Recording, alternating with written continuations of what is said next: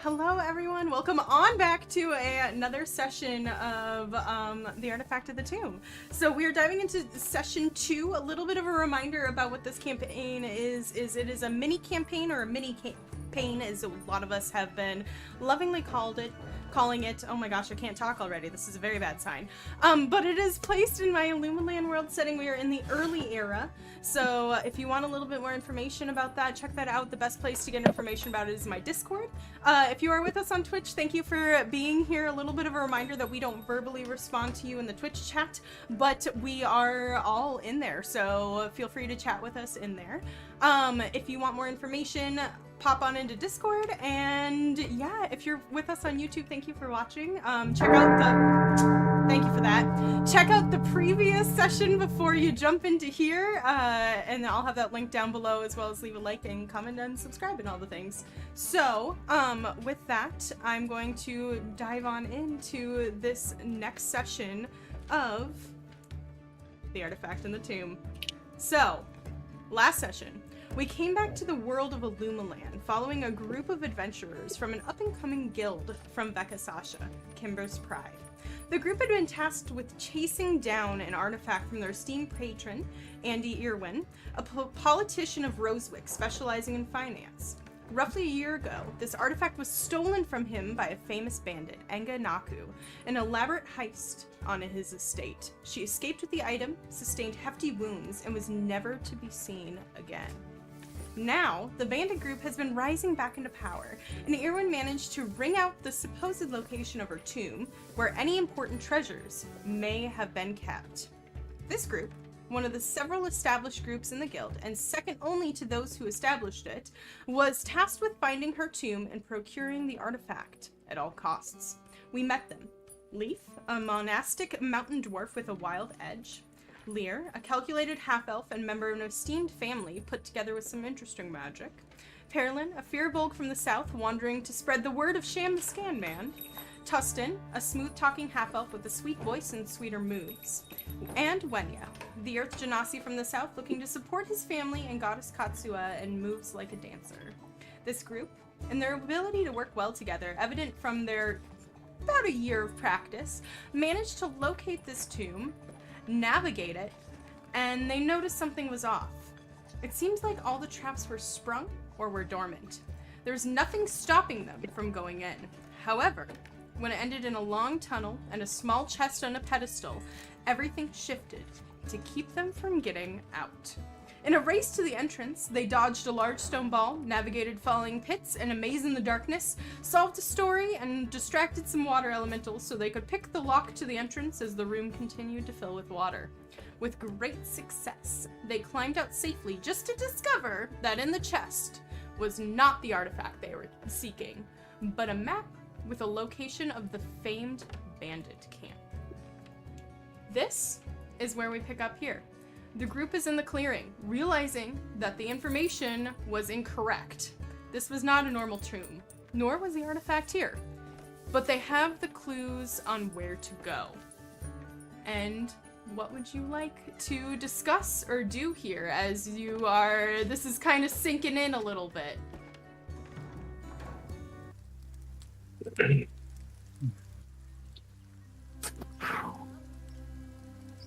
Don't all talk at once.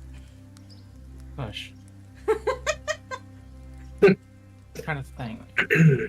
So, just a little bit of a reminder, you just came back out of the tomb. You're all sopping wet, probably a little bit muddy from clambering up, and you're holding, the chest got lockpicked and opened, and inside you just see a piece of paper with a location on a map. Well, I suppose I needed a bath. Yes, you were getting a bit ripe. Yes, quite quaint. I am prestidigitating myself dry, owning myself. Yeah, Leaf will kind of like take his beard and like squeegee it a little.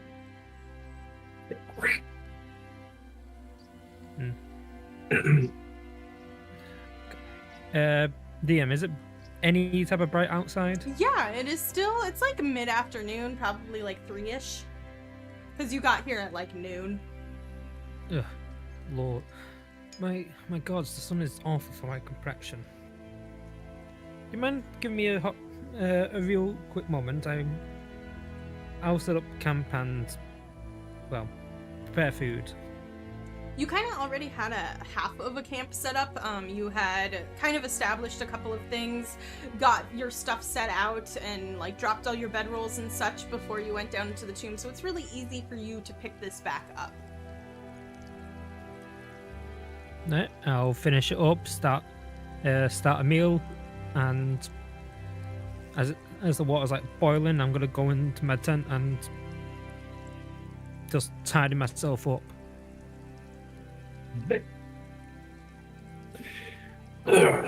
Well, I guess if we're gonna just say where we've already set up, I'll be over yonder. Holler if you need me. And he'll sort of make his way off. Most of you would be familiar with his prayer habits. Who do you follow again? Well, I mean, Simona, of course, but... Oh, that was out of character. Okay. Fair. All right. Yeah, Simona, Atola, and Ryren. But mainly Simona. I would do something very similar. I would actually kind of try to... So we know that mechanism was in the tree. But does the tree itself look legitimate, like an actual tree? Go ahead. Is it? You can roll me either a nature check or an investigation check or a perception check. You're going to get something different from each. Perception is my highest, so let's go ahead with that.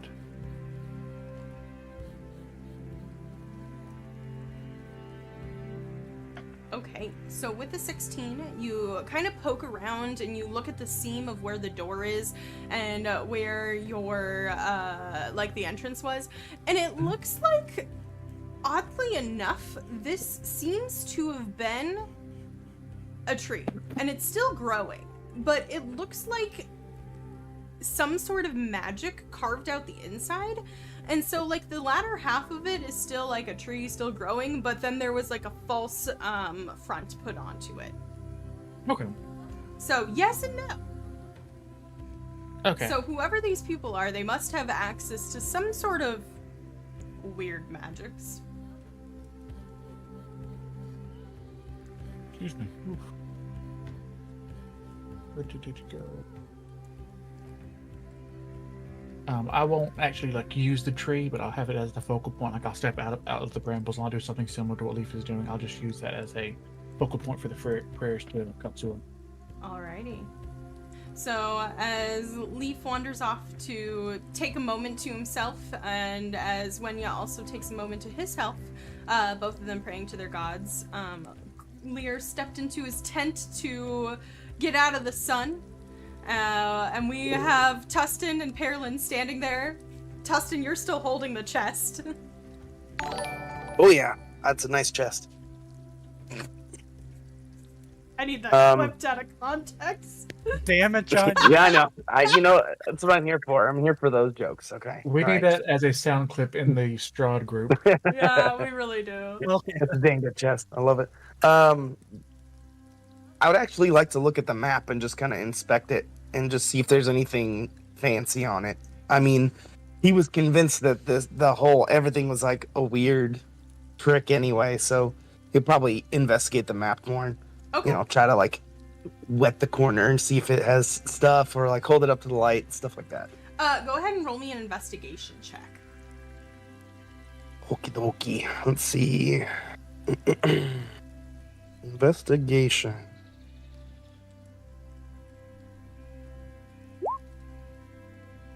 14. Okay, so with a 14, you kind of like, you've pretty easily matched where this location is on your map and your personal map, and you're pretty sure you know where this is. And as you kind of look around, you wet the corners, you hold one up to the sun, you see a little bit of a marking. And as you get it a little bit more wet and like move it around a bit, you see a second glyph. And it looks like this.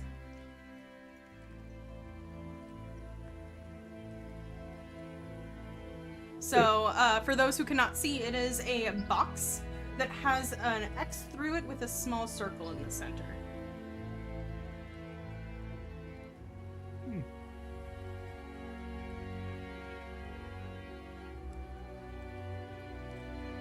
I will bring that up. I think it was just me and Perlin outside, so I'd be like, "Oh, hey, check this out." Kind of show him the glyph. I don't think I've ever seen that before. A glyph like that before. Yeah, it reminds me of like some other groups. They like hide secret messages and stuff like that. Wasn't there So marking there's on the got to be tree more to too? this. Say that again. Wasn't there one on the tree too, if I remember correctly? There was one on the tree. I think there was. I will give you guys a little bit of a yeah. review. It is in your handouts, but the one on the tree looked like this. So it was an oval shape with a diamond in the center. I forgot somebody fucking uses thieves marks over here. Of course she does. You make a thieves guild and use marks? Never. I don't remember if I recalled anything about the original glyph You did or anything not. like that. You just Okay. you recognized it for what it was. That like groups like Gotcha. this would typically use marks, but you did not like Gotcha. recall specifically. Okay. I guess since we're all just kind of chilling, I'll wait till everybody kind of does their prayers and like becomes fix their stuff in their tent and come out, and then I'll share with them that information as well. Beautiful. So after about an hour or so, kind of taking a moment, you can mark a short rest if you so desire. Unless Pearlin, was there something additional that you want to do? No, I was just standing there letting my bits, well, not my bits personally, but like my clothing dry out and just casually talking to, well, praying to Shan, but making it seem like just a casual conversation with myself. Okay, cool. So Pearlin is letting his bits dry out while I'm talking at to the air. clothing. Beautiful, beautiful. Not sus at all. I love it here. You guys are great. So you guys take a short rest and take a moment, and then you all kind of gather together. I assume at some point, Lear and Wenya, who I think are the more cooks of the group, kind of whip up a little bit of a very, very late lunch. And you come together, and Tustin shares his information that he found.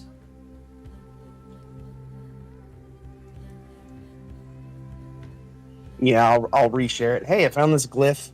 I was like just checking the map, doing all the things that, things I've read about all these crazy guilds and, hidden ciphers, and he'll probably ramble on for a few moments about that and then catch himself and to be like, look, and then he'll draw the glyph in the dirt just so you guys can see it, and then he'll recreate wetting the corner to see if he can see the glyph again. Yeah, and you can, especially since you discovered it the first time. But you are able to see it, and all of you see what this glyph.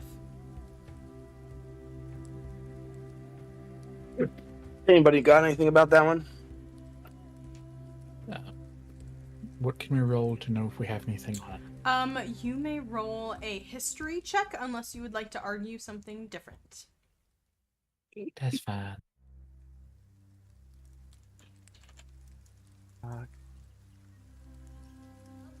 It's also another 16. Wrong time. Okay, so we got a 16 from Wenya and a 9 from Leaf. So, Leaf, you recognize that these are probably symbols of some sort, especially since Tustin has said so, but you're not 100% positive as to what they mean, or can't draw together any of those conclusions, nor have you heard of any information like that.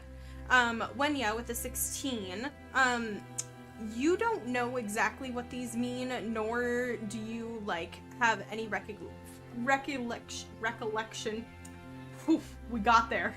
Recollection of this specific bandit group and what their symbols would mean. That would be information that's kind of way out of your purview.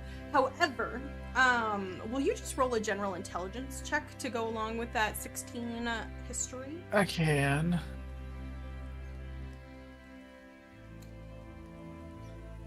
That's a 7. Okay, so you recognize that they're probably giving some information. You just cannot piece together what the information would mean. So, yeah. Okay. I'm good. Okay. Seeing that not anybody really knows these things, Tussin will kind of be like, well, maybe there's somebody we can go back to in town that might know some stuff. I got some friends. I got some contacts that might be able to hook me up with some info. But we'll see. At least it's a lead. And I kind of pretty sure I know where this is. Well, that's better than nothing. It Yeah. would be. Would I have ever been around this place since I kind of know where it is on a map? So, since you know where it is on the map, and actually I am now realizing that I don't have a map to show chat. So Unacceptable. I know. Oh, Look shit. at me go. I'm like, this is wow. Bad DM. So in terms of where Vecca-Saacha is, you guys are about a day and a half southeast of it. And this seems to be about 2 days north off the map, off the trail, a little bit more northwest of Vecca-Saacha. So you can, like, go back through town. Okay. This is going to sound very strange. Okay. I like strange. One, do I feel like Two. anyone in my group, connection group is a big puzzle fan? And two, how, just because I want to show off, because I know they're going to love this, because it's all, I imagine it's going to be dramatic. How dramatic are these symbols? I mean, they're pretty cool. It's like a secret information and all of that stuff, which is awesome. But they're not like super dramatic, I would say. But they're kind of interesting. Yeah, it's not good enough for them. Never mind. It needs to be specific. Yeah. So, but you don't get the sense that your contacts would have information about a pretty secret guild or bandit group. So, your contacts deal a little bit more in history and arts. That's fair. So, alrighty. Any other questions or additional things that you would like to or for the people who were kind of racking their brains about this? I would kind of say, well, I think we can probably do more in town rather than out here in the woods, unless you guys got a reason to poke around some more. How long of a trip back is it? It is going to be about a day and a half. So if you started now, you could probably get into Vecca-Saacha by, I would say roughly like evening the following day.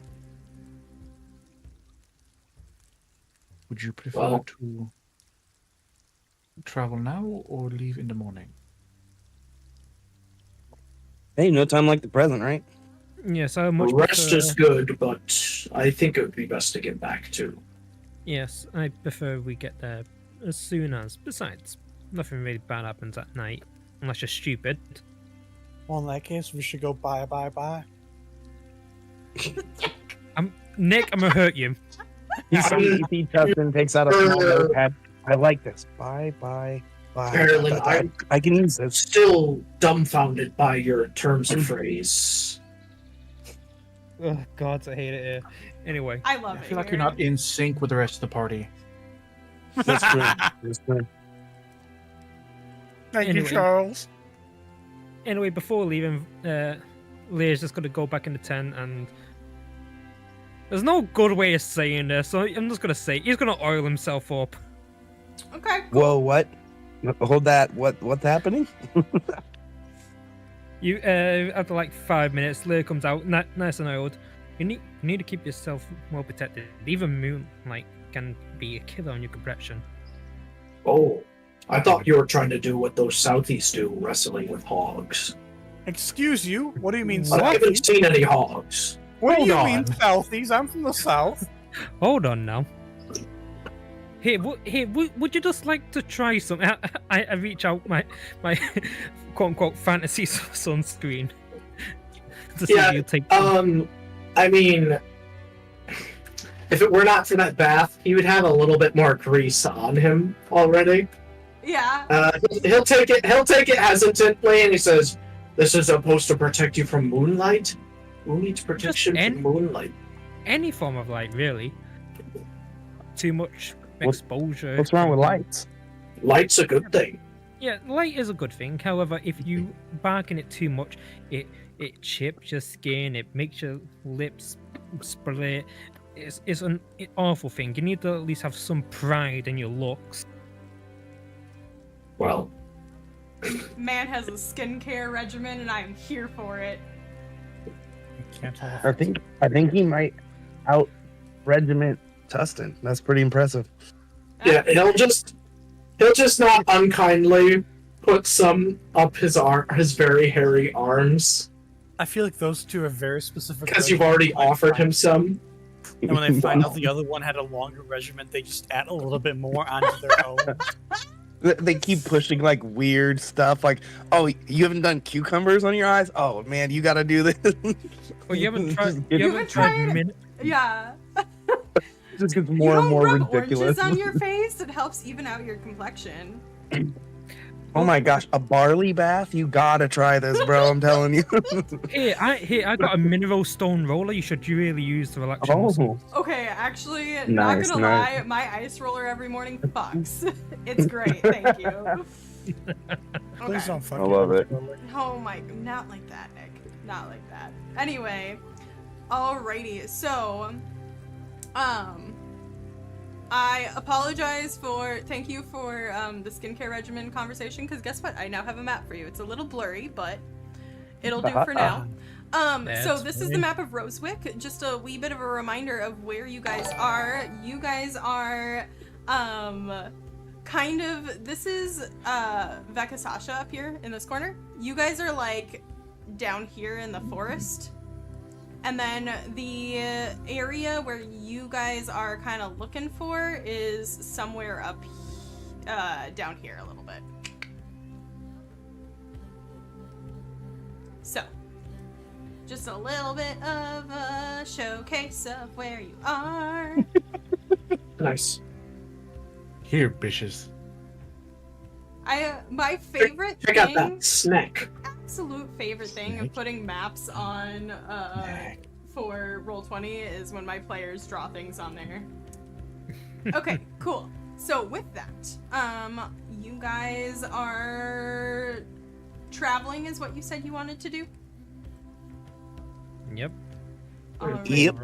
So, you wrap up your stuff, you hit the road, and you take off for a couple days' journey back towards the city. So, roughly a day and a half travel through lush forests await you, past bubbling brooks and not encountering much but wildlife. The journey's familiar, as it is one that you just took, and the return home is uneventful.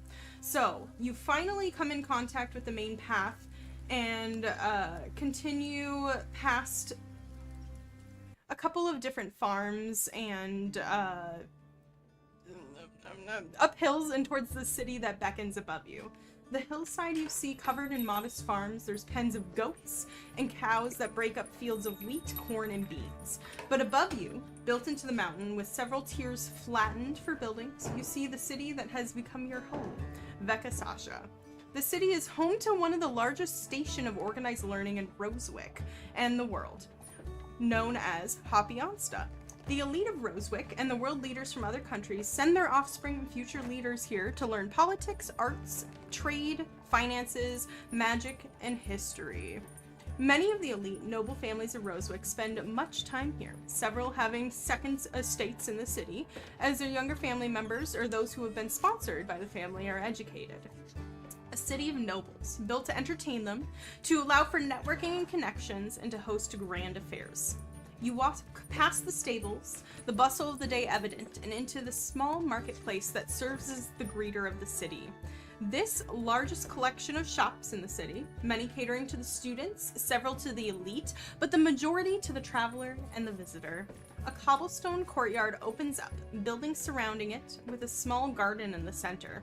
Around it are several food vendors and pop-up traders. The smell of spiced meats and saffron rice in the air, fragrant oils and incense, your vision distracted by a flash of color and silks, or cotton and the shine of jewelry. But your travel-weary feet continue home, to Vecca-Saacha's only guild, Kimbur's Pride. Nestled in between the plant explosion of an alchemist shop and a rather decent bakery and tea shop on the other side, the familiar guild hall takes up the majority of the building and extends onto the entire second and third floor of the green roof-tiled stone building. Neat and buttoned down at all times, the large double emerald green doors boasting a sycamore tree with a sunrise mountainscape behind it, your guild symbol. The quiet of the entryway is a welcome reprieve from the market outside and a modest and quiet room with a balcony to a second story looking down, plush rugs beneath your feet. You walk under the balcony as the room opens up into a hall, blocked by a light wood desk manned by a somewhat familiar sandy-haired female halfling, Torin. She's a member of one of the other two established teams, both lower levels of you, and she looks up to you a lot, especially with the buzz of the highly esteemed quest that you bid on and were accepted for. Beyond her is the decent-sized foyer, with a double staircases sweeping up to the balcony above, a stage at the end for the occasional event that your guild throws, and a small table off to the side stocked with refreshments. Several permanent sitting areas litter the checkered floors, and mosaics decorate the walls in bright colors, depicting the stories of the esteemed heroes that make up the inner circle of Kimbur's Pride. Dark wood doors break them up, branching off to meeting rooms, offices, the study, dining facilities, and training facilities. But as you're taking a look at this very familiar space, Torin stands up. Oh, you're back! How'd it go? I can send word. Do you need to speak to Mr. Kimbur? That might be a bad idea, but we don't have much to report. Oh, I thought that you were looking for an artifact. We're still on the trails of an artifact, but yes, please get Kimbur. Any form of update is always better in case of unfortunate circumstances. Okay. Hold on. Give me a moment. Stay right here. I'll go see, because he was in his space, and she scribbles stuff on a piece of paper, and then she like takes a plaque and flips it around where it says "Be right back" on it, and jumps down off of the chair and completely disappears behind the desk and scurries off. So you see her hawk familiars kind of chilling and just like stares at you guys a little bit. And as you're having the stare off with her hawk familiar, you hear a door slam and look up to see a very familiar female drow who is power walking across the tile floor to the door that you know leads outside to the training grounds. Her swirling gray robes complement her pale purple skin, and her white hair is piled on top of her head in a mess of a bun, with a wand haphazardly like stabbed through it.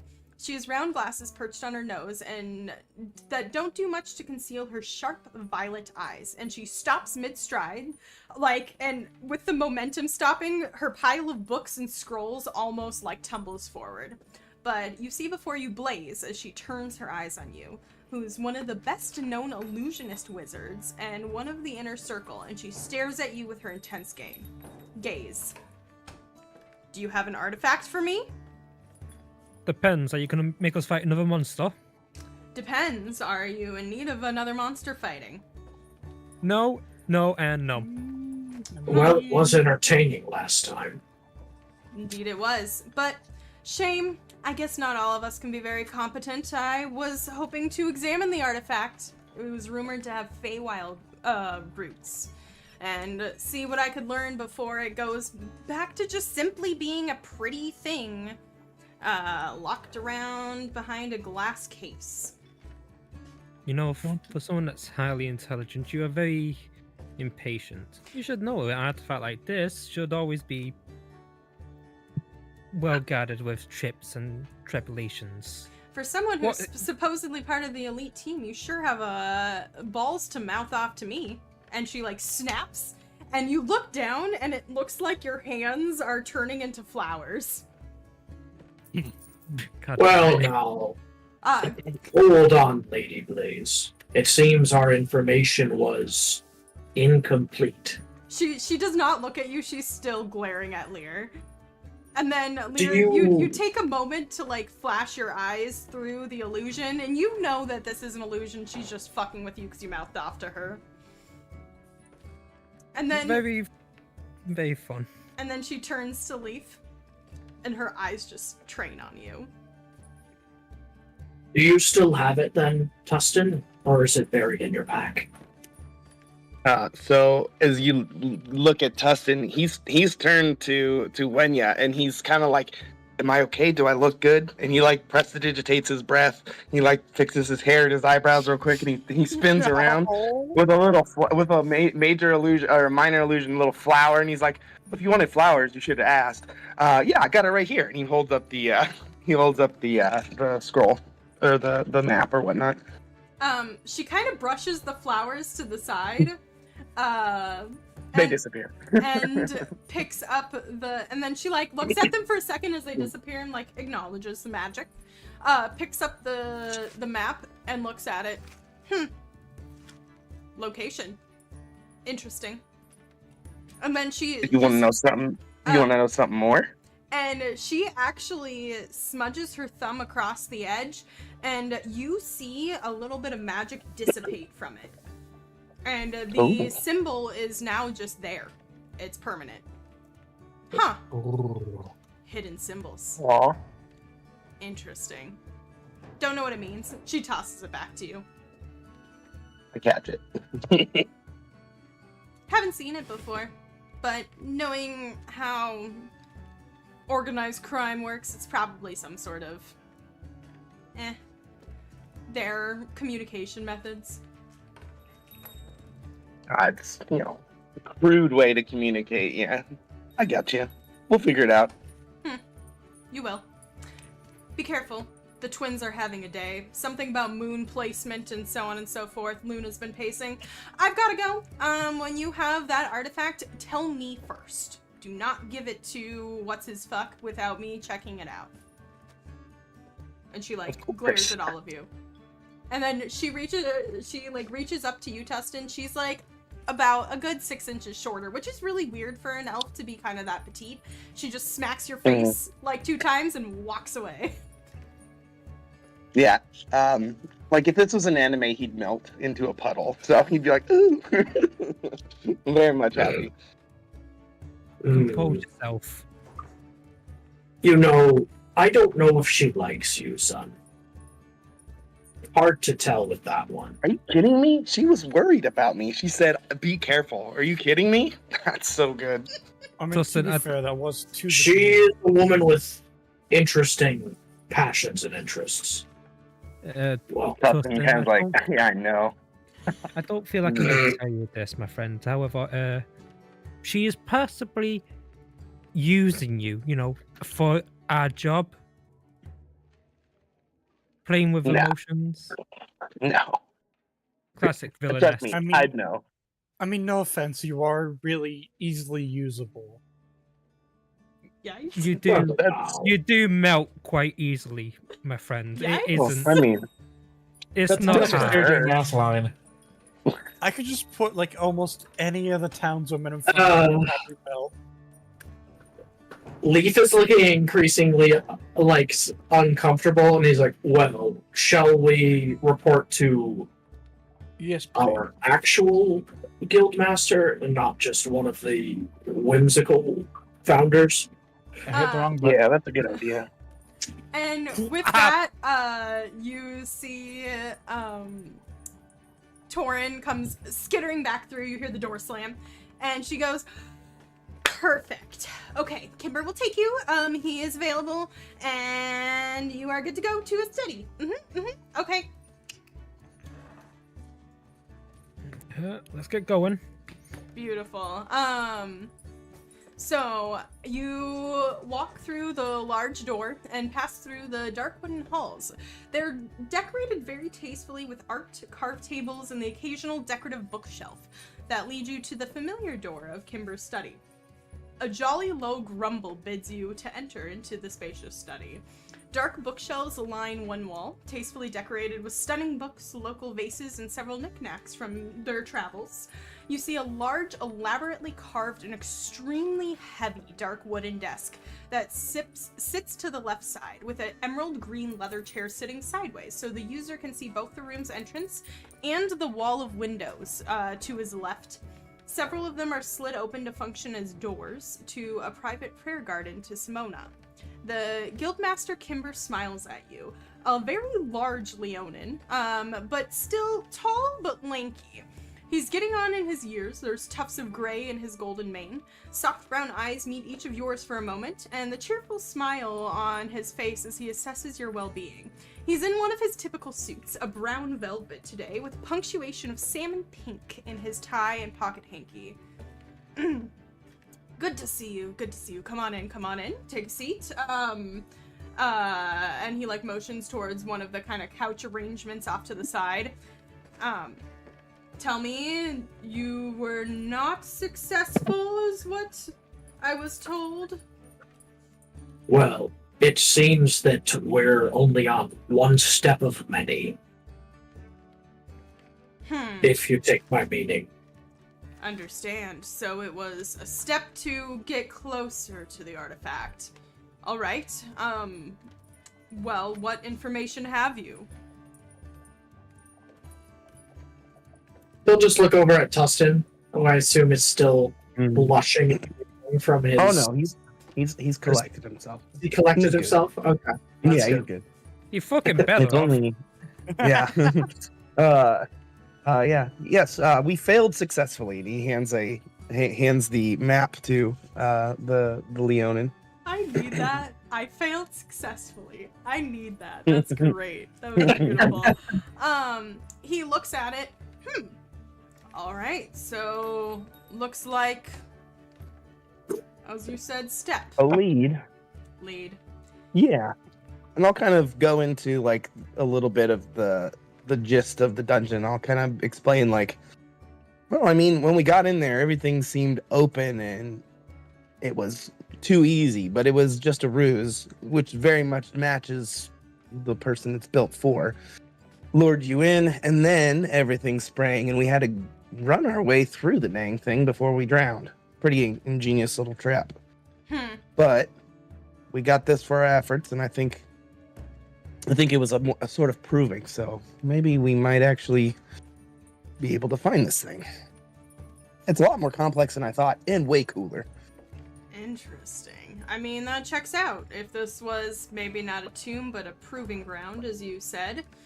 What a successful bandit heist group would need is not whether you could get in, but if you could escape correctly if things went awry. So, seems like you succeeded, and were rewarded with the location of the bandit camp that no one has been able to find. No, I mean, honestly... Oh, go ahead, sorry. Oh, no, you go. You started talking. Okay. Honestly, I mean, that's ingenious.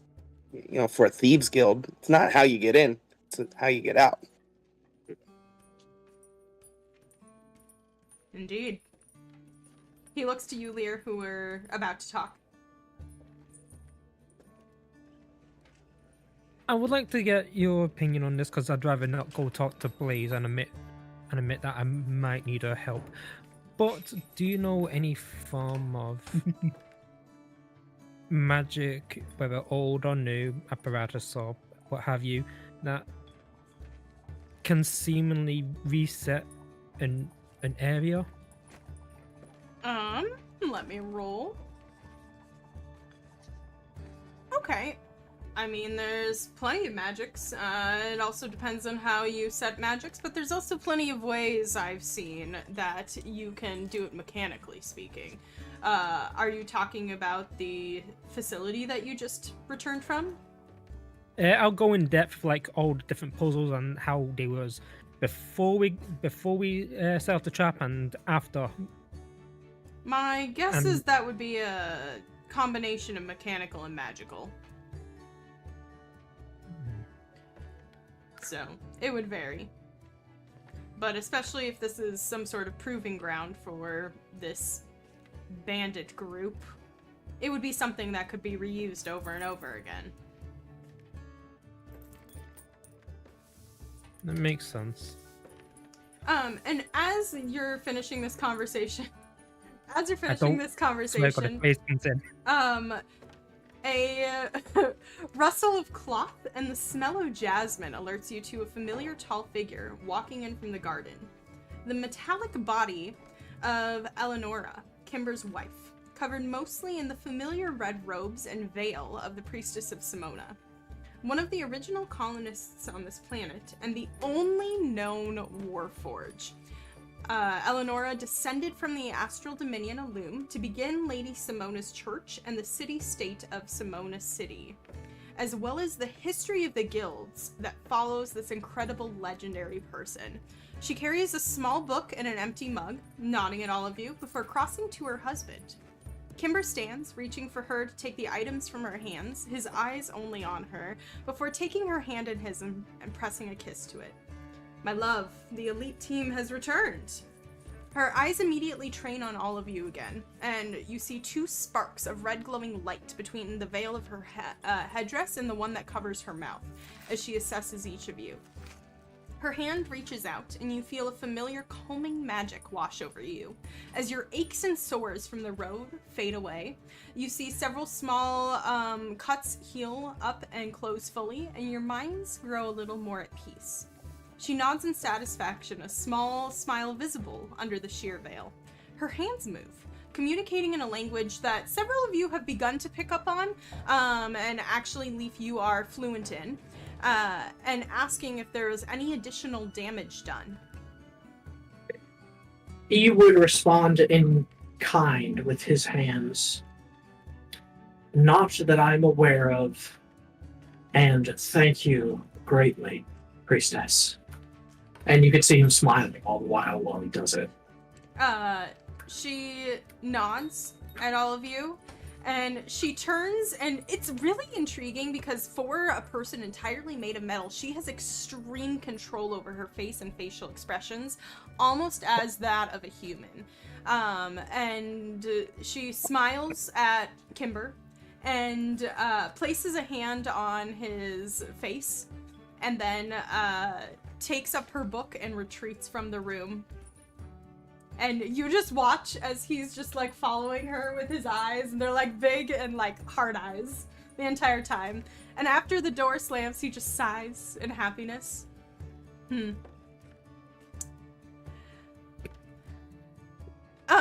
Anyway, any additional news? I think that we should maybe check in with Eirwen and let him know before you set off, I assume, in the following days for this bandit camp?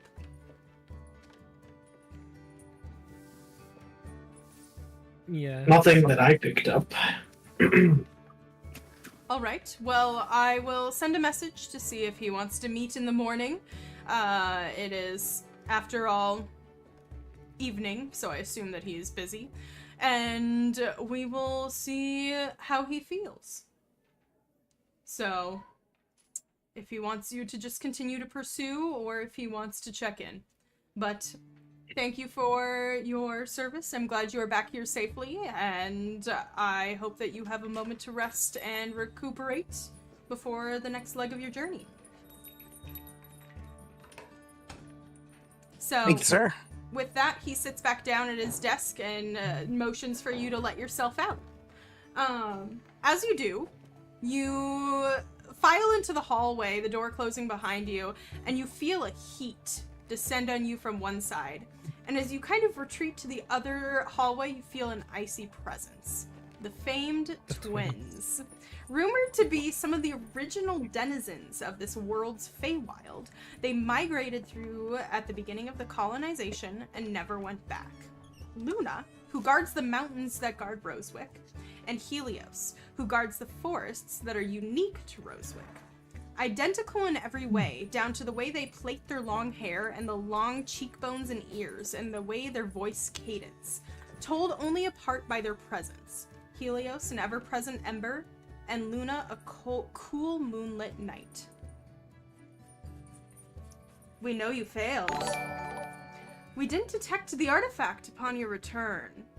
No taste of home, no smell of the Fae on you.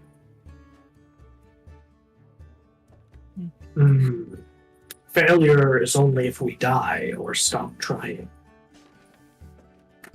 Yeah, this is Act 1 of the play. It gets better. Trust me. Just let it happen. The one who you assume is Luna, kind of looks at you. Well said. As is, and wanders off. And you just feel Helios, he flares a little. And then, continues following his sister. I turn to the group, I'm like, they give me the heebie-jeebies, like, real big time. Just No, it's just the cold and the heat, I think. No, really don't like it. They do the something same there. to me. Ugh. Well, we can't do anything about them. They're older than possibly all of us combined. All right. Well, Well, let's enjoy at least brief moment of relaxation before anyone else comes to dampen my quiet. yep. What day is it? Of the week, or like... Yeah. I'd say that you guys took off on probably a Tuesday, and like the equivalent of a Tuesday, and you set out to... I'm sorry, I have a cat tail in my face, and it makes it very, very hard to focus when I'm getting whacked. Yep. Yeah, we say. A+.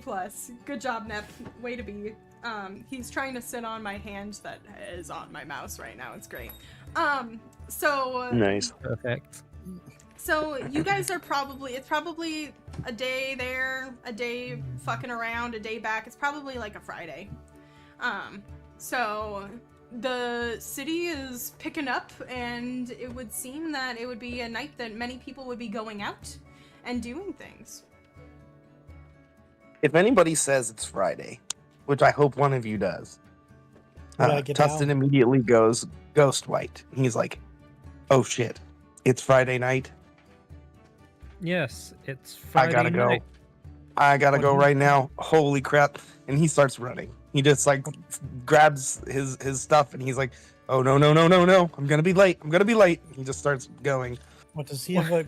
Does he have to get down on Friday or something? I do not know. Tustin, where are you off to? I have the play. I'm in the play. I have to do the play." And he starts Oh. running. Oh, that's right. There is a nice performance tonight. Well, I can't stay here. I need to get going myself. I need to at least watch it. I'm sorry, I'm distracted by the tail just occasionally swiping. Yeah, I see it too. So sorry. Hey, at Great. least it's my Discord camera and not my other camera. Mm-hmm. Neptune ruining D&D, making me break character. Yeah, great. it's not hard. You Um, laugh at anything. Yep, it is not hard. So with that, with Tustin taking off, the rest of you, I assume, kind of like nod at each other like, yeah, I think we're good for the evening. For point of reference, most of you would have rooms in the guild. That is what the upper 2 floors are rooms that are available to you unless you choose to live off campus. But you guys all separate for the evening, and we're gonna go through a portion where we follow each character as they do something that maybe means important, that maybe is important to them, and how they spend their Friday nights here in Vecca-Saacha. The sun is beginning to set. The evening is upon you. And with that, let's actually follow Tustin as he takes off from the group. So, Tustin, Yes. you split off and make haste towards climb a little bit higher into town and towards a very well-known theater. The patrons are already beginning to arrive. The excitement is palpable and their attire is elaborate as you slip into the alleyway behind the soaring building of white stone, columns and carvings of creatures decorating it. A dark doorway greets you before the musty smell of the theater, a combination of dust, wood, hairspray, and a little bit of an arcane tingle. Ooh. And with that, you see the stage manager, a rather anxious but extremely organized human, greets you immediately, his long hair pulled back into a pony. Oh, thank gods the director wasn't sure if you were here, if it was a substitute today, but he botched the biggest soliloquy at the rehearsal last night, so I'm so excited you were here. Quick, makeup, and you get bundled into your dressing room. You find peace in the calmness, and people are bustling around you as you get ready for the performance. The director breezes in at a point, a very pointed and severe elven woman who's getting on in her years, gives you some notes from the previous rehearsal and some encouragement.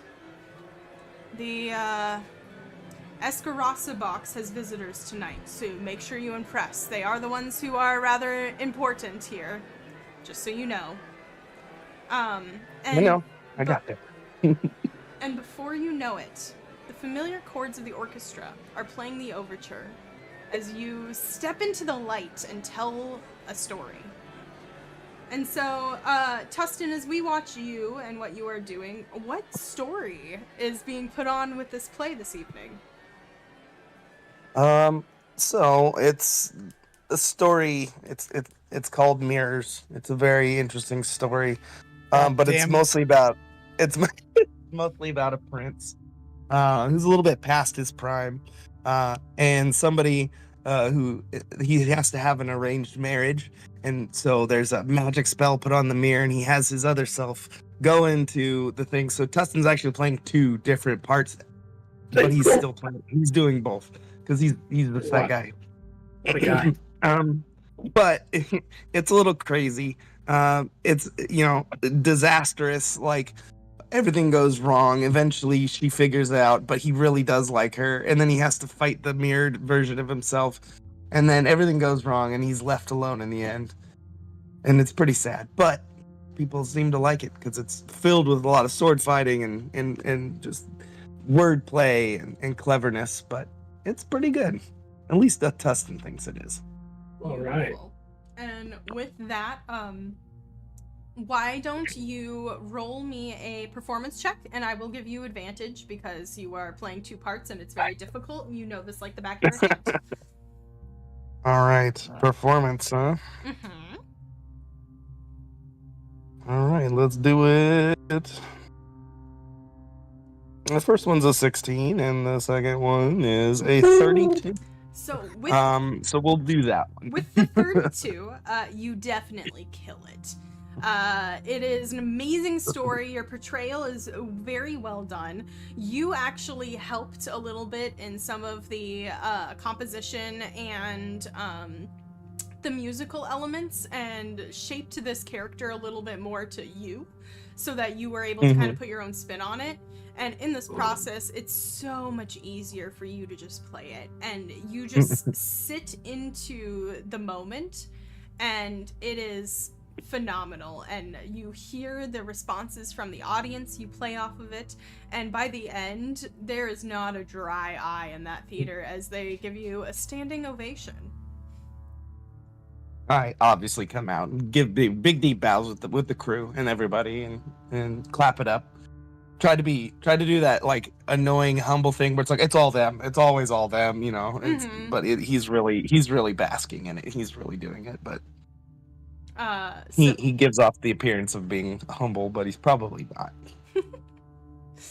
So with that, watching as Tustin enjoys his evening performance and kills it, we're gonna pan out and pan back in to see what another member of our group is doing this evening. So,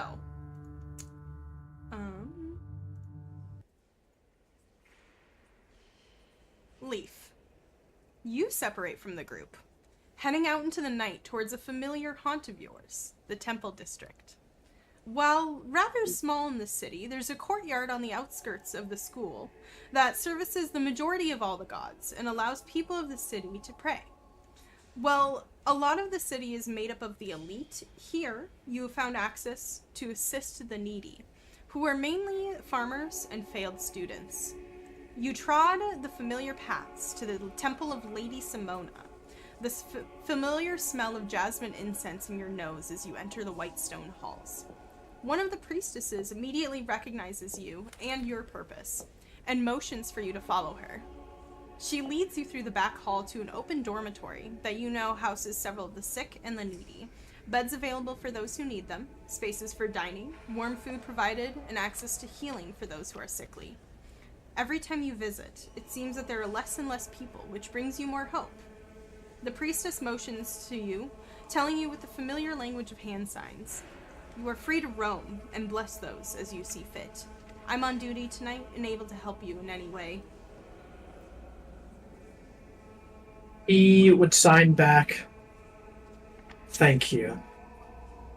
It is an honor and a pleasure, as always." She nods at you, her hands retreating into her robes, and she withdraws and you see moves on to go help out around the area. You see before you several people.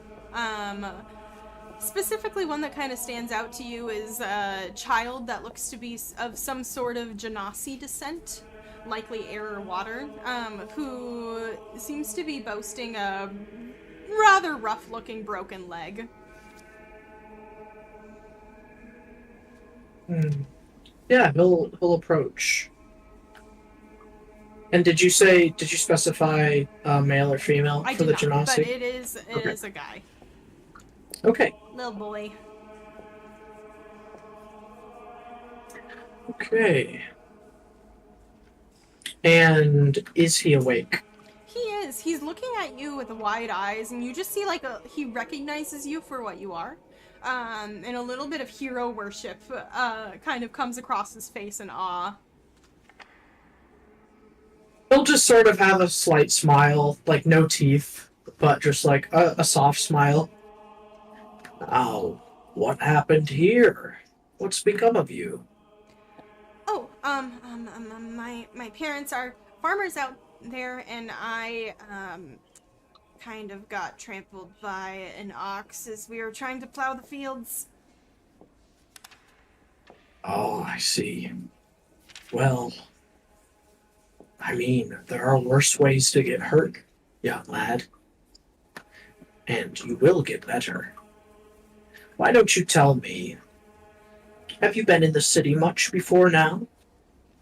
Not very much. I only occasionally, sometimes we, come get food during the harder months, and I will sometimes come with father to the market, but this is my first time in the city, and also my first time in the city without my parents staying here with me.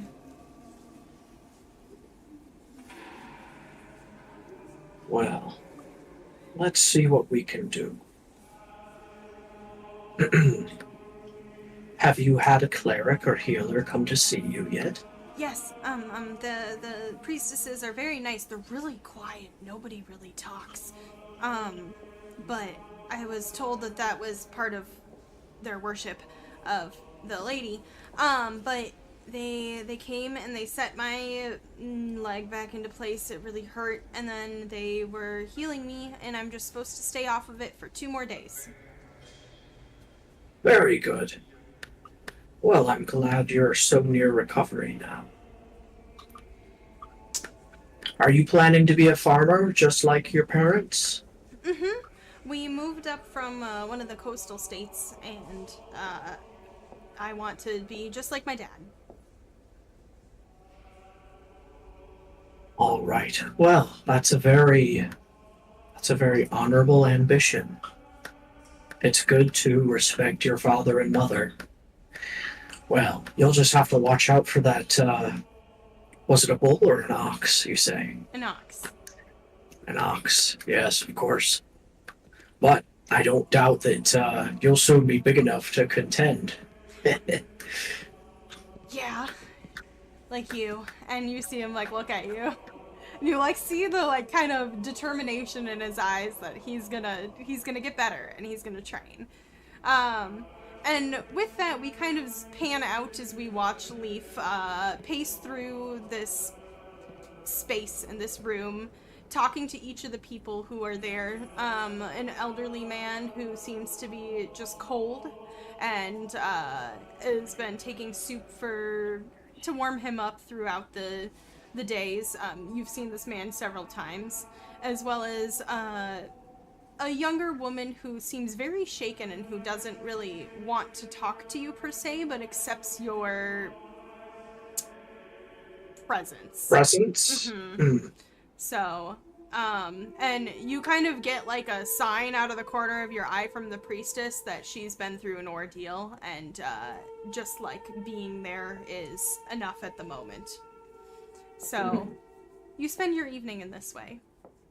Yeah. And his companions don't usually see this level of softness with him unless they catch him in the act. So he does his best, despite his muscular, hairy build, to always appear non-threatening in this place and give everyone time if they want it. Lovely. So, with that, I think that's a good place to pan out and leave Leaf. Oh, yes, if there's something else. I think he'll, on his way out, unless you have more planned for later, he'll leave his donation since he's back in town. Yes, so very easy enough. You manage to slip one of the priestesses a donation, and her eyes kind of widen every time that you donate. It's been getting bigger and bigger as you see the needs. And her eyes kind of widen a little bit, especially as she like nods towards the boy and recognizes that you're like, make sure that he gets what he that him and his needs. Family are taken care of, and as well as maybe some more of the mental piecing back together that the girl you sat with definitely needs. But she nods, and you know that your money will be put to very good use here. So, with that, let's do Wenya. Okay. So, Wenya, you separate from the group. And you head towards a very familiar space and a very familiar, one of your favorite haunts, known as the Dancing Drum. It's tucked back into one of the courtyards between estates, a small restaurant and performance space, specializing in a unique style of drumming and a performance that's a blend of dancing and martial arts that you yourself specialize in. Stumbling across a place like this in Vecca-Saacha, with just a taste of the Ingan culture, healed a little part of your soul that's constantly homesick. You walk in. The ceilings are covered in cloths, the low tables filled with patrons drinking and laughing, the smell of fresh bread, marinated and grilled meats, fried potatoes, rice and beans, and a topper of just mint in the air. The stage is already full of performers, several taking up spaces in between tables, the rhythm of the drums clouding your senses. A large hand claps around your bicep, and you see the furred fingers of the red-haired elder Tabaxi who owns the place, grinning at you. He says something in your ear that you can barely hear as he pulls you into the kitchen. And with that, you're surrounded by the bustling of food preparation, as well as various things. As Rhythm just says to you, back in town, I see, back in town. Yes, my friend, we just got back from a first portion of a mission. Wanted to take a bit of a break and then get back to it as soon as possible. And what kind of a break are you looking for this evening?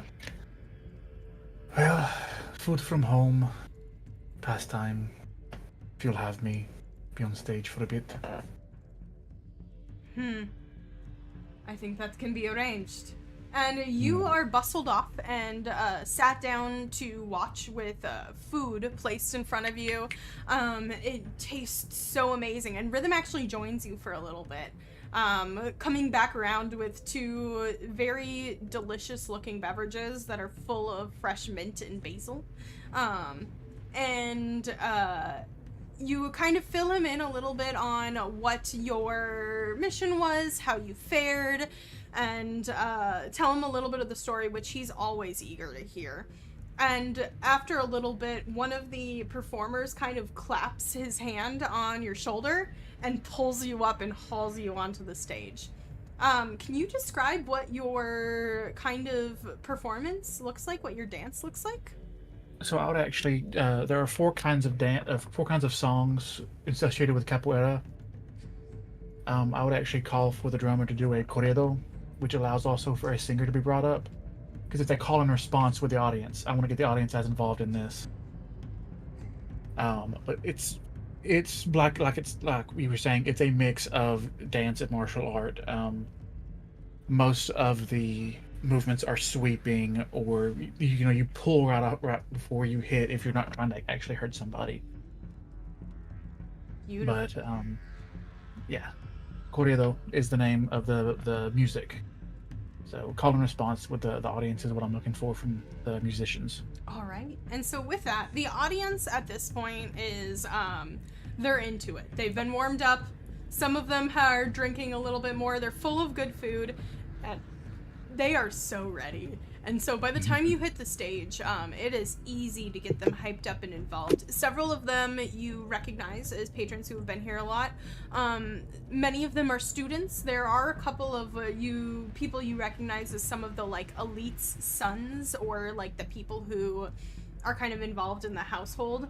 As well as there's a few like VIP booths that are kind of marked off, Okay. but they are ready.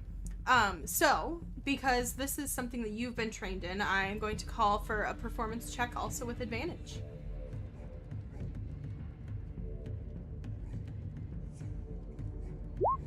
That's a 22. Okay, so with a 22, you execute perfectly. It is an absolute beautiful blend, a great dance, very well done, and the audience is hyped. And it just kind of like pieces together a little bit of your soul that maybe had been a little discouraged about how things had gone, and you feel ready for the next step, and you feel confident in your abilities, and just a little bit gross. Grows. Oh, you said it's just a little bit gross. Sorry. Like, I know it's It's sweaty. just a little but- nasty. Just a little nasty. No. Oh. You would Cool. just feel like almost as if your shoulders got a tiny bit broader. Okay. As I walk back down to the table, I'll look at Rhythm and be like, "Do you have any of that rice pudding I love so much?" Of course. Mm. I saved some for you. And he settles you back Okay. down with a very delicious kind of plum port style wine with the rice pudding. And it is a beautiful way to spend the evening as you get swept up in the music and the food that keeps on coming and the people who keep pulling you onto stage. All Makes me right. happy. And with that, we withdraw a little. And we go over to a familiar marketplace that is kind of full of the people still in the area. The evening is, or the sun is setting and it is bustling. Perlin, you wander into the night, seeing where the wind and the people take you. The music is a little too loud in my ears. Hold on. I was like gonna read the next line and my brain froze. The marketplace before you is lit with glowing magic bulbs, and the people are still active, their life and liveliness fueling you. The smell of good food and fresh night air takes over your senses as you follow the wind, purchasing some sort of handheld bread stuffed with meat, veggies, and a delicious dill sauce. You stumble into another vendor, exchanging names and stories, and walk away with a delicious cider in hand. Someone flags you down, and before you know it, you're holding the fluffiest donut you've ever sunk your teeth into. Handmade soap and a story of a farm 2 miles out of the city finds its way into your bag. And then a couple minutes later, a lavender candle that somehow reminds you of Lear's slightly pretentious taste as well gets tucked into your space. But the night is young, and the night is yours. And amidst this bustle and the marketplace, you see a half-elven man who waves you down, a small cart before him, half packed up for the night. A top hat perches on his head and a lilting smile on his mouth. Well, hello there, Cher. I have something special for you.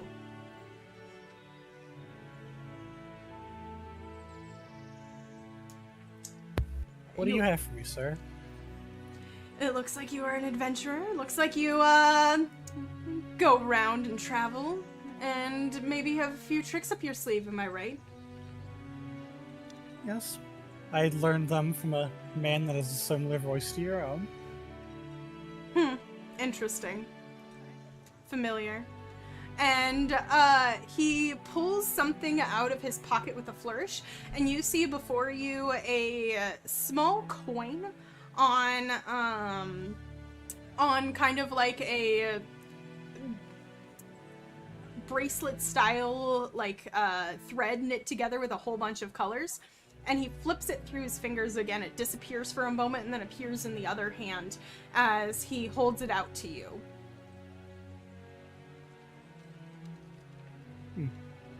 I'll go to grab for it. You Being go a to little cult. You go to grab for it, and it disappears again. And you look in your hand, and then you look in your other hand, and it's in there. Trickster as always. Don't you know? Oh, don't you know? I think this may assist you in your travels. Free. Any blessing from you is a blessing, nonetheless. You say that now?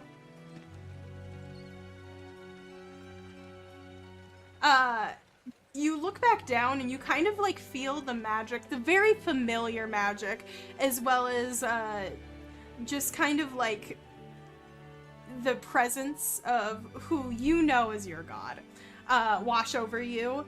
And as you kind of identify the skill that he gave you, a new spell, something that he's established and made. And with that, as you look back up, he's gone. The cart, everything.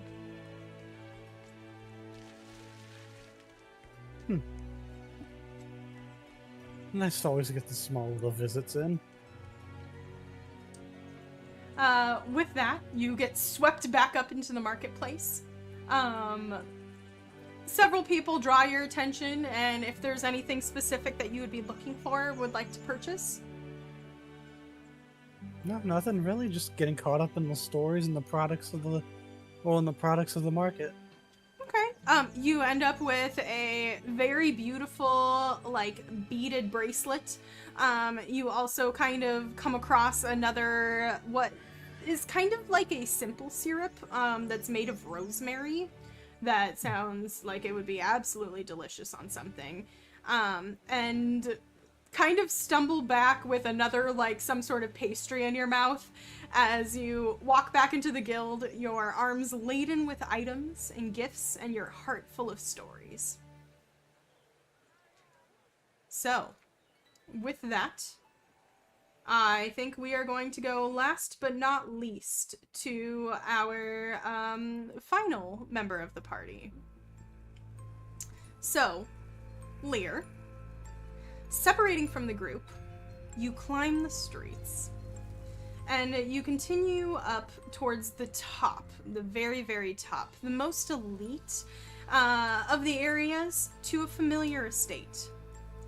Before you know it, a little lost in thought during the walk, a very familiar symbol of elaborate vines encasing a rose that seems to be blooming out of what kind of reminds you a little bit of a coffin shape on the gate greets you. The familiar guards wave you through the winding extended gardens, cold and full of life at the same time, before the large Gothic estate rises before you, pointing towards the sky. You circumnavigate the large fountain and enter the large sweeping doors of the dark stone building. The foyer is bursting with the night's activities. You see several footmen and maids preparing for the family to go out, you assume. People kind of quickly yelling through the halls. The dark rugs cushion your feet from the gray stone floors, and the art that decorates the building never fails to capture your attention.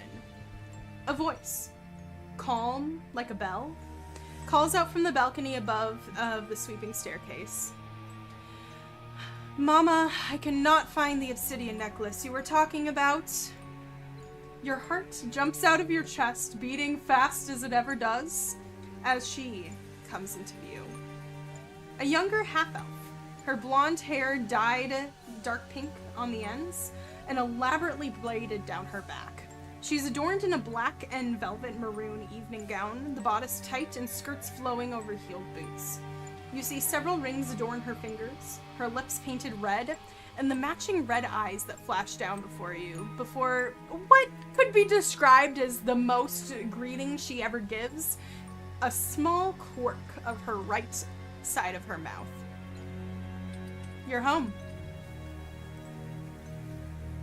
I am indeed, my lady.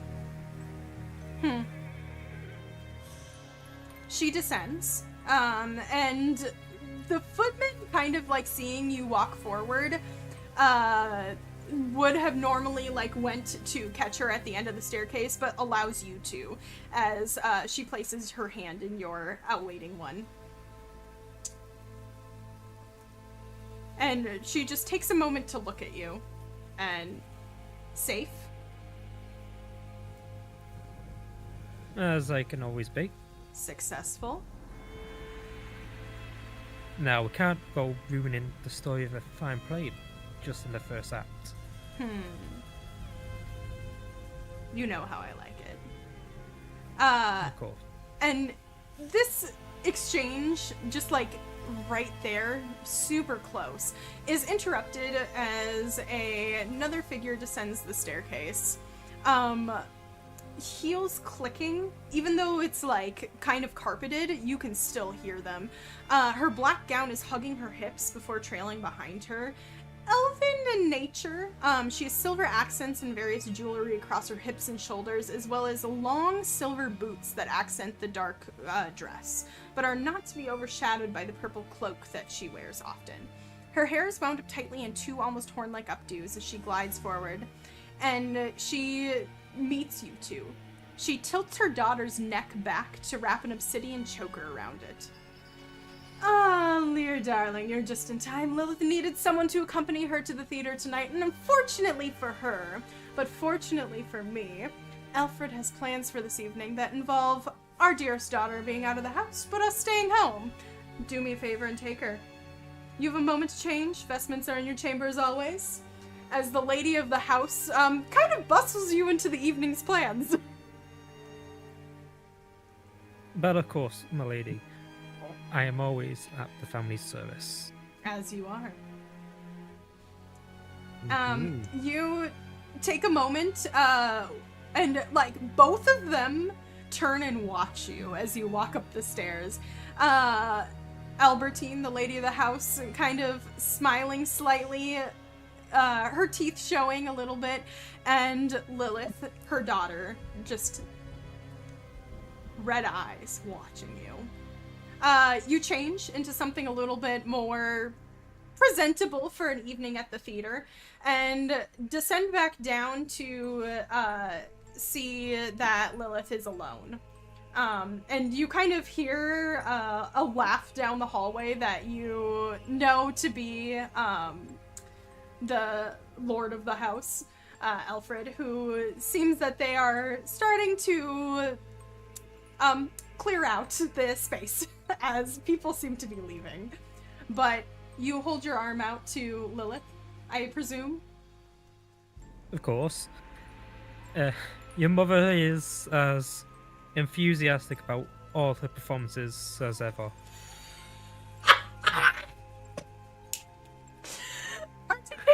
inspiration for that. That was clever. That was very clever. Yep, I knew that would get you.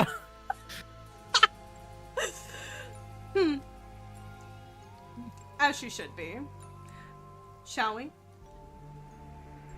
As you wish, lady. You walk out into the evening, and the very elaborate cart before you, you help her in. She plays the part of the perfect lady, always letting you lead her, showing her where to be, very extreme, the manners of the lady of a house. And you sit across from her, and she just kind of looks at you. The story.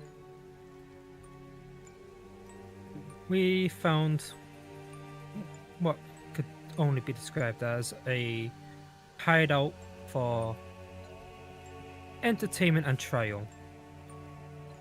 We went in, found every trap, appliance, and apparatus already sprung, went off on our way. We discovered a chest on a pedestal. Foolish as some of my companions may be, they took it without hesitation. Magic and spewed, resetting the entire perimeter. And we had to fight, well, not fight, but masterfully dodge, weave, and dance our way through all traps from memory. There was even one there that reminded me of you. The story of Reverie. Her head cocks at that, and you see, like, the very familiar quirk of the right side of her mouth. Oh? It was the very first trap of how her and... what was that name? Dove? Dove. Came to be. A romance for the ages of one of the heroes. And a masterful one the Escarosas have put on many a times. Interesting. Well, this thief has taste, I'll give her that. And, of course, with a thief, they have their own way of speaking. I'll pull out a piece of parchment he probably keeps on him at all times and scribbles the two symbols that we're seeing down. Interesting. A cant or a code? As expected from any charlatan. Do you have any idea what they mean? From what I can tell anyway, the first one is just like a safe, I want to say like a safe house symbol, a place of sanctuary. As for a second, I'm not too sure. Though we are getting them confirmed as we speak. Interesting. I want to know more about these next time you come. As you wish, my lady. And I want a present next time. Oh, but of course. But I didn't think of getting you a present today. So I decided once we get to the theatre, maybe a glass of your favourite wine? The least you could do. But of course. With that, you roll up to the theater, seeing the previously described building that is carved with columns and the very elaborate creatures on the outside, and are bustled through to a private box. You're able to purchase a glass of her favorite wine, which is actually a very dark and deep cab, which is hilarious because for someone kind of young and just starting to drink, to like something like that. But simple enough. And you settle in and watch a beautiful performance that was described previously by Tustin, and see the standing ovation around and just bask in the presence of Lilith. And with that, I think we will fade out for the evening. And we'll see where the morning takes us right after we take a super quick break. So we're going to take about 10 minutes and we will be back and we will see what the morning brings for our adventurers. See you guys in a bit.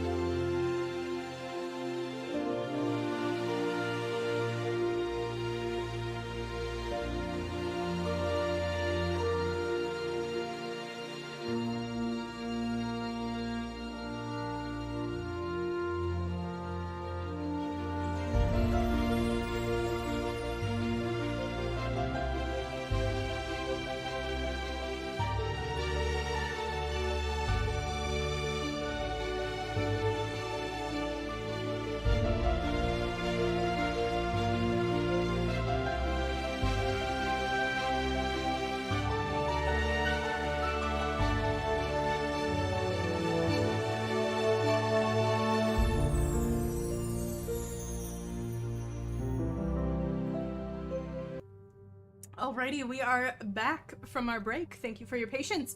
Thank you for that.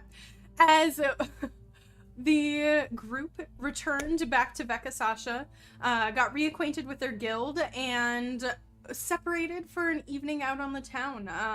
Tustin went and participated in a play that he helped with and killed it.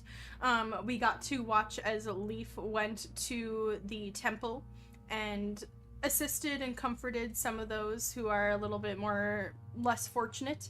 We watched Wenya as he experienced a night of energy from home that kind of just pieced him back together a little bit. Pearlin explored the markets and had an encounter with his god, Sham the Scan Man, as well as gained a new spell, which I'm excited for you to showcase. And last but not least, we saw Lear as he returned home to the Escarosa home and had an evening out at the theater with Lilith, the daughter of the Escarosa family. And so with that, you guys all throughout your various things in the evening reconvene, and you head back towards the guild, or I actually don't know if you are actually all heading back towards the guild, but your facility and your space that is allowed to you is a kind of a interesting arrangement. It's a room that has an entrance that has like a central living area as well as your own personal kitchen, and then there's branches off and rooms for each of you as well as several shared restrooms. And so it's kind of like your own little suite within the guild hall. And so I guess the question and the thing that we would all want to know is, while you are here in town, do you stay here or do you have a separate facility that you sleep in? I imagine I have a place in the manor. Do you take up residence at the guild or do you just stay in the manor? I think I'll stay in the manor for tonight. Okay, but you do take up residence at the guild occasionally? Yes. Okay. What about the rest of you? For me, it'd probably be half and half, like alternating between either just sleeping out in the woods or sleeping in the guild. Okay. Sometimes you just need to wander into the woods, man. What about you, Wenya? I think I would try to have a little place close to the drum? The dancing drum. The dancing drum. Maybe like a little apartment kind of place. Yeah, it's really small. It's like stupid small, but I would have my main residence at the guild. Okay. That's kind of the place I go to if I need to get away and just want to go back home in a sense. Mm-hmm. Leaf, what about you? I mean, honestly, Leaf is pretty close to Pearlin in that. Most of the time, while we're at the city, gonna stay at the guild, but every once in a while you need to get out and just go sleep in the woods again for the get away from the city noise. Mm-hmm. And what about you, Tustin? Tustin is full-time at the guild, 100%. He's just almost never there. He's always out doing something, so he tries to sneak in the middle of the night. He actually uses that as practice, coming in drunk and crazy and stuff, and he tries to sneak his way through these highly perceptive individuals, and that's how he's been training his shit. So, Love it. yeah, he definitely is like, yeah, this is where I crash. So, has he ever been caught? Oh, I guarantee you hundreds of times. Have you But met it's the less people in so this now. guild? Yeah, it's less so now, but he used to Okay. get caught every night, probably. So, as you guys all are kind of finishing up your things for the evening, is there anything else that you wish to do before heading to sleep at your various spaces?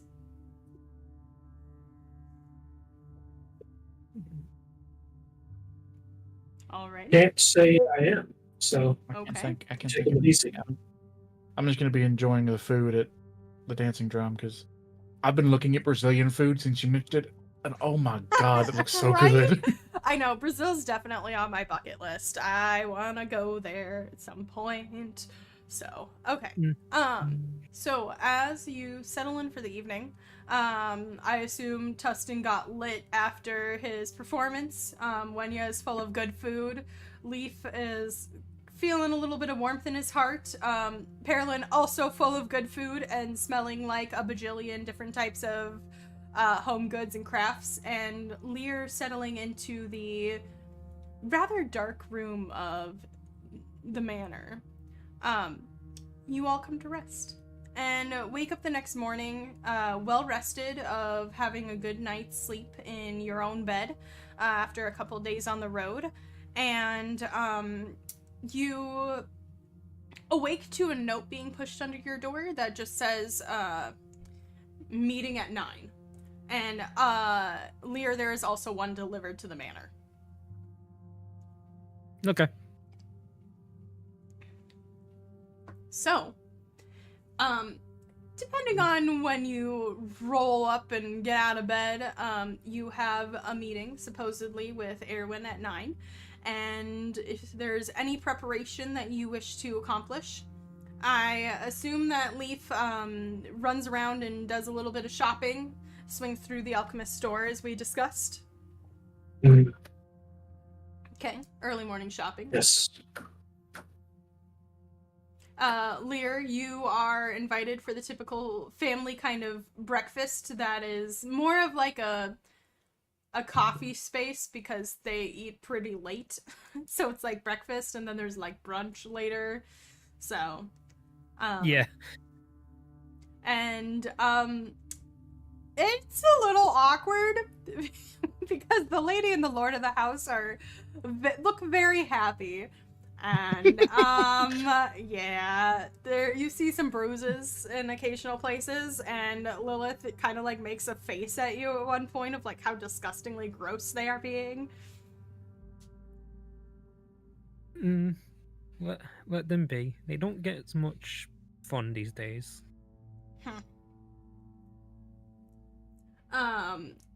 But you take your leave eventually, and head back towards the guild, I presume.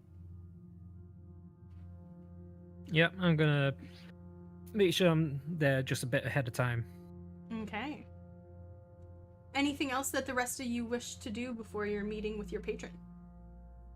Is the dancing drum open all day, or are they just kind of a night establishment? They're kind of a night establishment.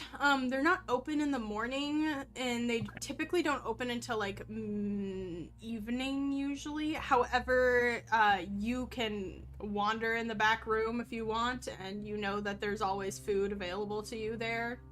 Okay. If you wish to break fast. I was gonna do, because they do tapioca pancakes.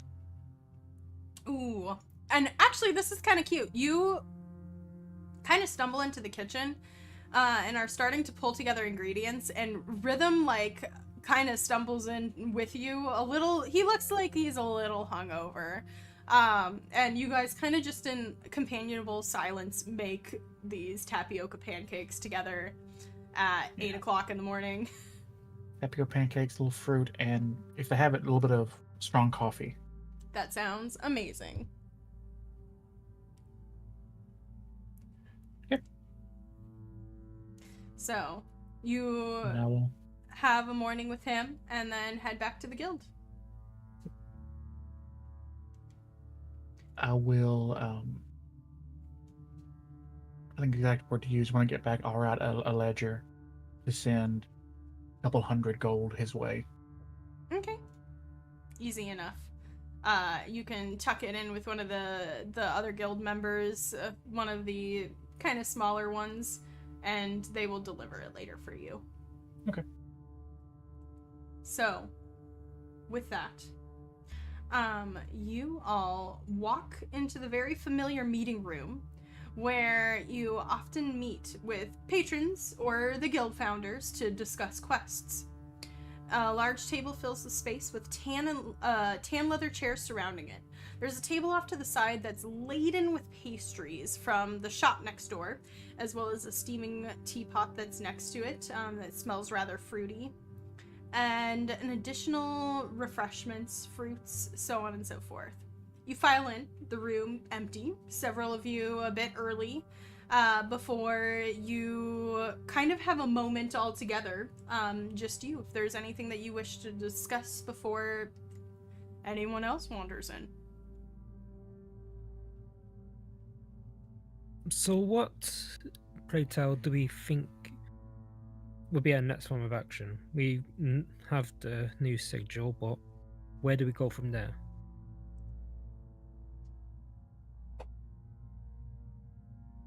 Well, we also have a location, though that didn't prove to be the end of it last time.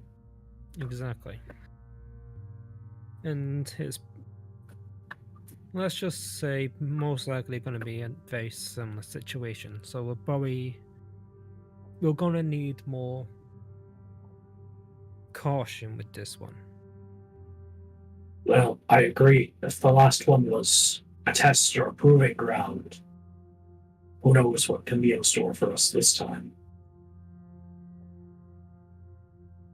It might be that we're just led through labyrinths and traps for the next who knows how long. That's fair. It could also be that by some mystery, this is just going to be an endless cycle. I love me a good old goose chase. I don't think it's endless. She definitely has a point with what she's doing. I mean, she always had a point with what she was doing. So, I mean, read the books, man. Come on. Question for you, Tustin. Did she ever do something similar to the dungeon that we were in, or the area that we were in? I had a thought. Maybe she's sending us through some of her most famous escapades. Or something similar to them. Might we have read any stories along those lines? Or heard anything about that? Tustin, I will allow you to make me a history check with advantage, because we've established and you've rolled really well on stuff like this before. If anyone else wants to make a history check, they're more than welcome to, just a regular roll. Alright. Don't give me the option to roll more dice. Damn.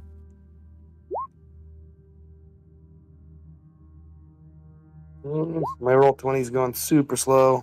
You're good. See if I can get it to do it. There we go. Well, maybe tell it to go faster. To go faster. Do it. History, you say, huh? Correct.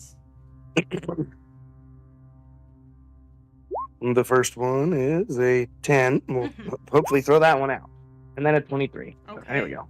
So, for Lear and Perlin, you guys have kind of heard of this character in passing. You don't know too much of her escapades specifically.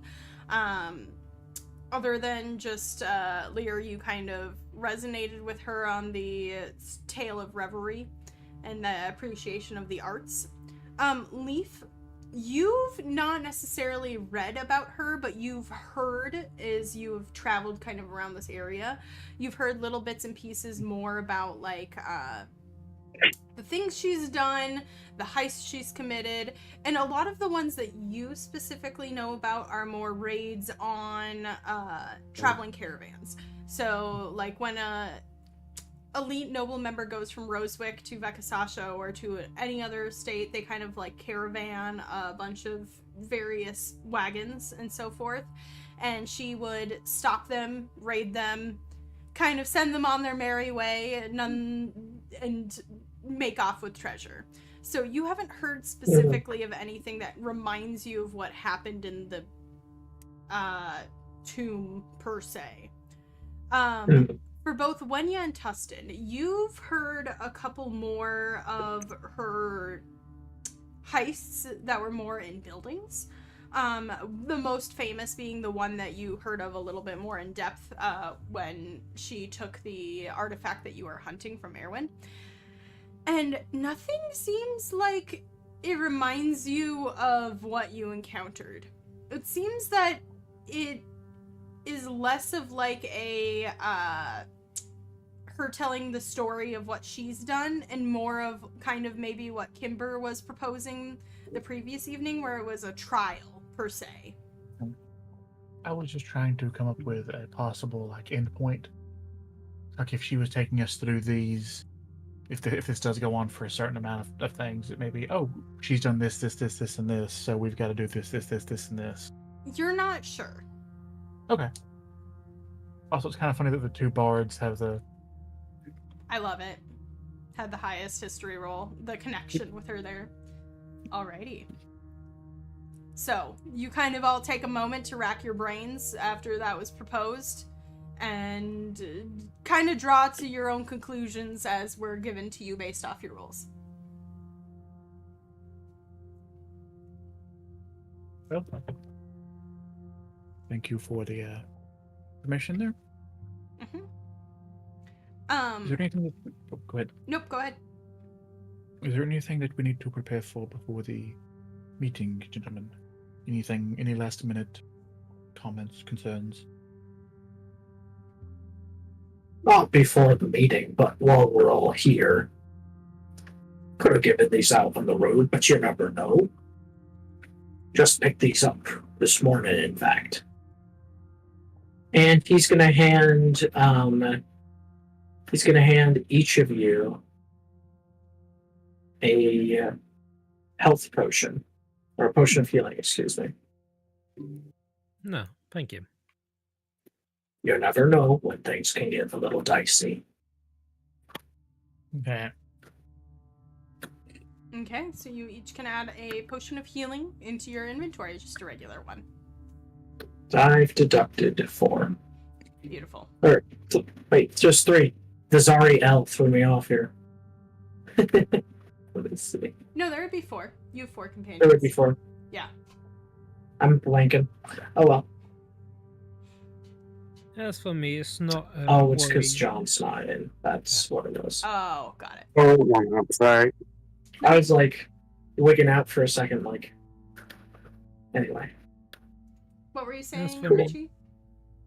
As for me, it's not anything of the sense of stipulation or anything like that. It's just I already know what the conversation's gonna be like with 2 of them.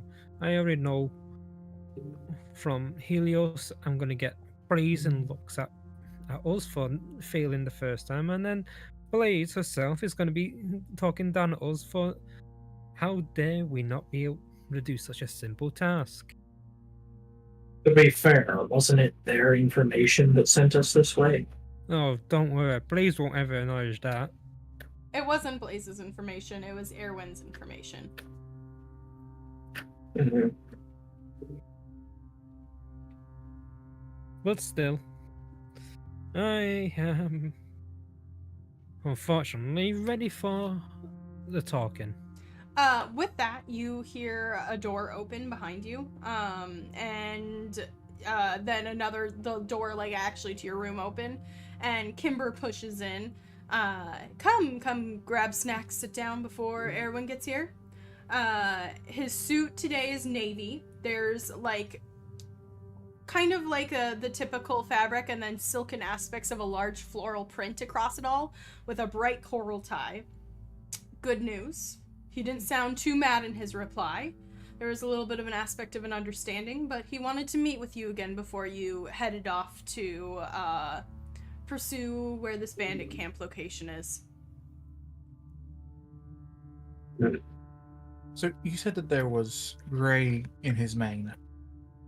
What color did you say his main color was? Like where his main coloration was? Navy The today. main color? Oh, No. Oh, he's gold, like a straight up golden lion. Oh, that's such a cool picture. Mhm. Sorry. I know, I was like, Anyway. him in navy would be so cool. Thank you for appreciating how I dressed my guildmaster. I wanted him to be very flamboyant and elaborate. Oh god, it's the dean from Community. He doesn't have an ivory wig. Well, that's the other guy. Anyway. So, Kimbur kind of settles him in at the head of the table. Well, one end of the table. facing the door, a coffee cup steaming in front of him. He takes note of each of you, making sure that you're okay. Something that you really appreciate about him is that he cares for every guild member. He knows you by name. He notices when you're not doing well. And works really, really well to make sure that the teams are fair and that they work well together and so on and so forth. So he takes stock of each of you and then kind of goes back to, he's holding several papers in front of him as he seems to be doing some work while waiting. Just gonna be us today, though. Oh, sorry. And Eirwen. I have one of the items I picked in the start of the campaign was a suit that can change different kinds. I would match the navy and then have other highlights, but I would be like, going with navy today, boss. I like it. And I'll sit down next to him. Like it too. He puts his knuckles out and you fist bump. Did the bump. Yeah. Yep. Love it. Well, with that, you wait several minutes, gathering your snacks and tea as you so desire, before the same man who you'd spoken with roughly a week ago strides in. Red vestments with gold touches betray his noble descent, a haughty expression on his angled face. Tall and very evidently a high elf, Andi Eirwen has a way of making people feel small. In a couple steps, he sits at the end of the table closest to the door before a bustling small human man trails in behind him. Rushes to get a cup of tea to sit down in front of him, the person you know as his assistant. And before you, you see... I have a picture. This guy.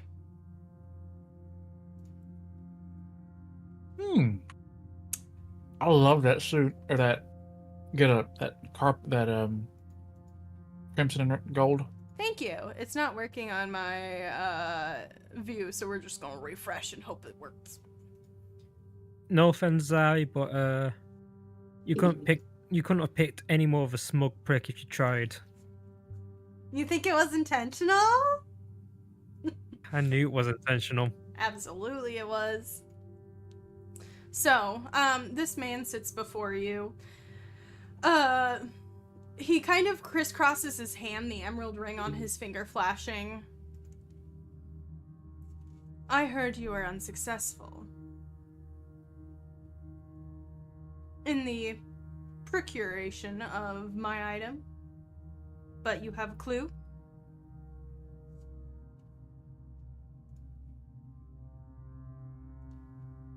Something like that.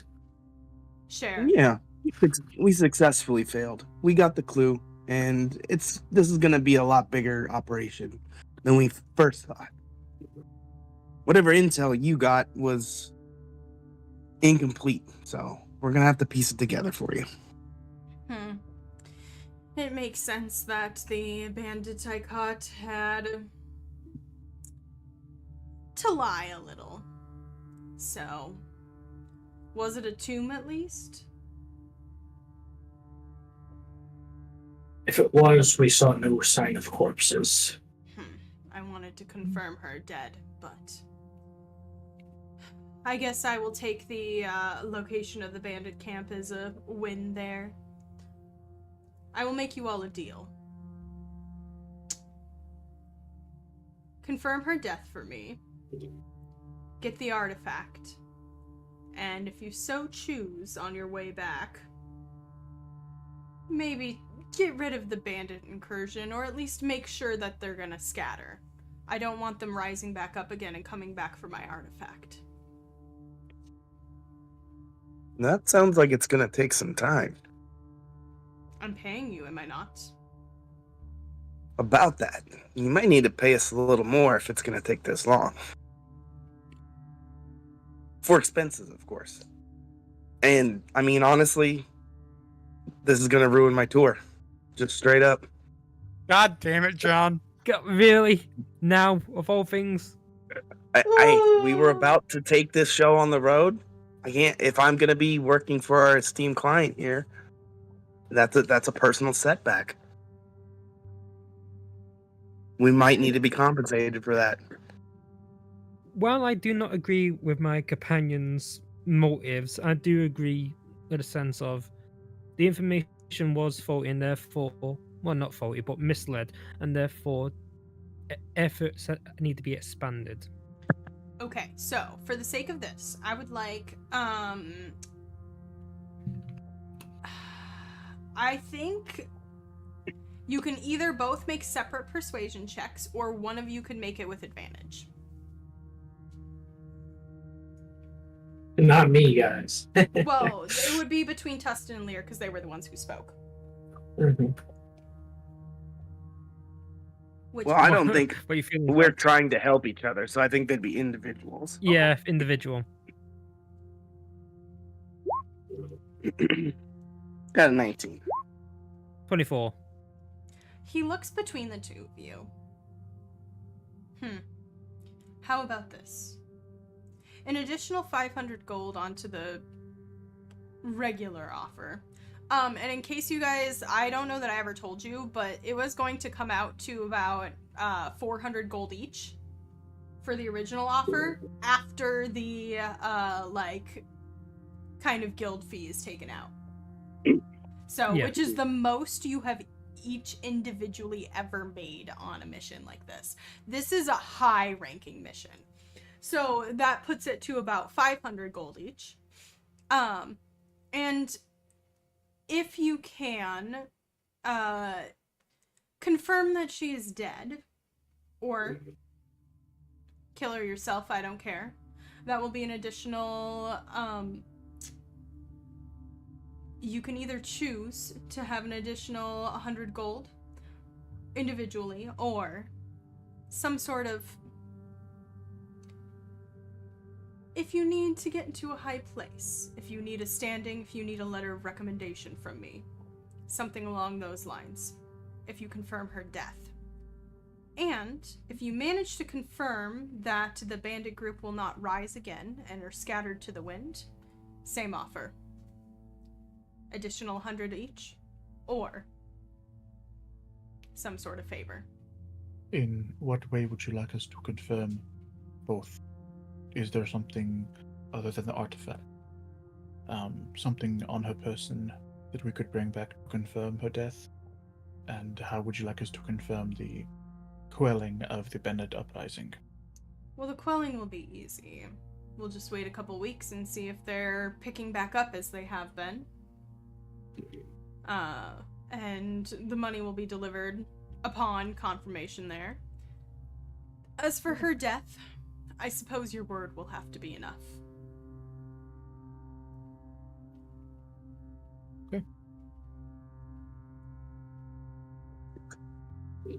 I'm gonna confer with my colleagues real quick. And I was kind of like huddle a little bit and be like, I'm good. That sounds real good. Sounds like a good deal, guys. That sounds good to me. Yeah. These are acceptable terms. Tustin. Mm. It was just the location of the bandit camp. It wasn't anything involving ownership, was it? Involving ownership? Yeah, like it was just showing you where the bandit camp, the new camp was. It wasn't showing anything like deed for. It wasn't like a deed for the land, because that's how I remembered it for some reason.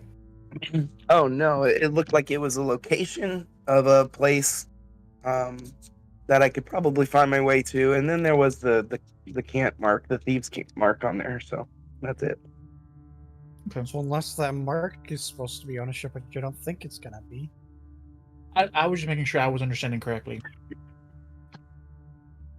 Well, I mean, if it's some sort of code or cipher, it's unique to them. I can pick up most of those things. I've just kind of had my eye in that arena for a while, but this one's unique, so it's probably some sort of clue. If we can find somebody who can read it or knows about it, then that might be helpful.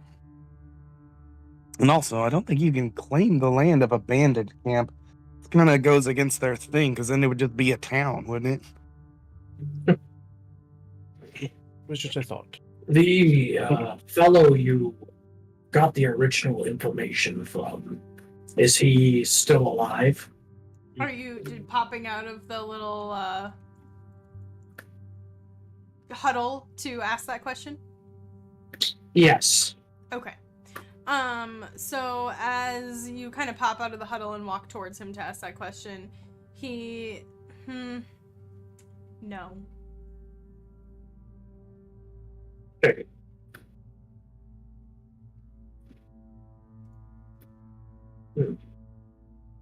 Well, back to the drawing board, or the sand pit, or whatever is most popular here.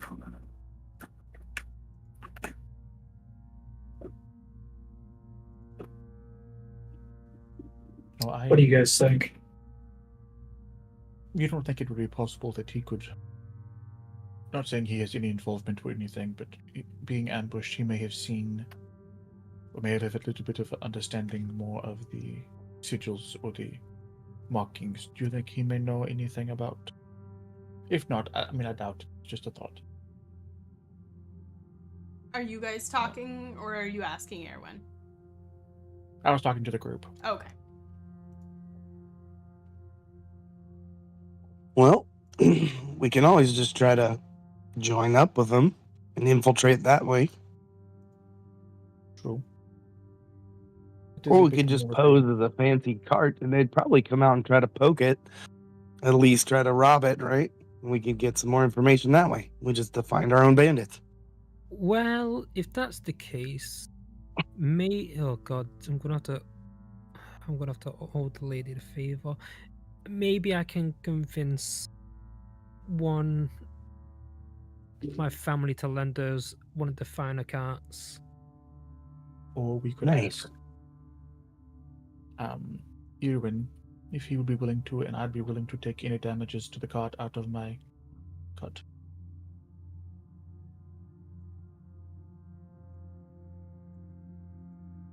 Just to save you some headache, my friend.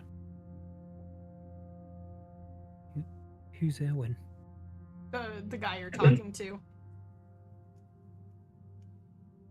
Well, regardless, I think that the caravan strategy has some merit. Either way, we do have a spot on the map to pursue, even if we don't know what their glyphs mean. Yeah.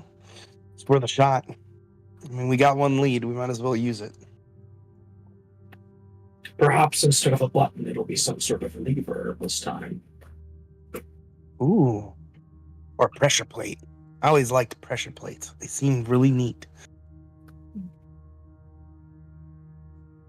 Maybe taking a step in the right direction. Sounds like we're going to do it then. Let's let them know. Very well. Would you all let him know it's best to go get this sorted as soon as, because I know it's going to be a headache later. I'll take my leave. All right, He's good gonna luck. go. He's going to go to the Escarosa family to beg for a cart. Before you do anything, I'm gonna put my hand on your shoulder and says, "It may be difficult.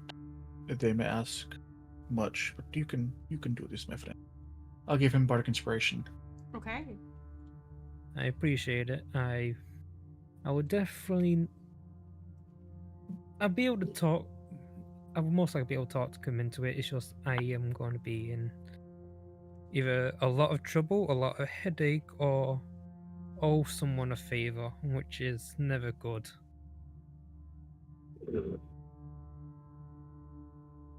But I trust all of you to make this deal fruitful. I will be back with our cart.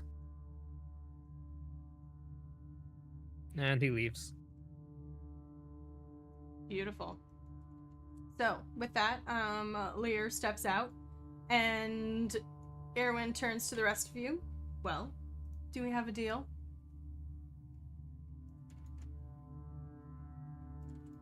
I mean, yeah, that sounds like all the terms are agreeable, and I think it's something we can do. So, more importantly, we can deliver. So, that's the important part. All right. Well, thank you for agreeing to my terms. I'm looking forward to see my artifact back safely in my hands. What? And he kind of just cracks a half smile at all of you, and then stands up. You watch as his assistant kind of stumbles back a little bit, was not expecting him to stand up that quickly, and walks out of the room. Well then. Kimbur nods at you. Nice. Good job. A lot of money. Yeah, I'm impressed by your skills there. Well, you got to know your value. That's the important part.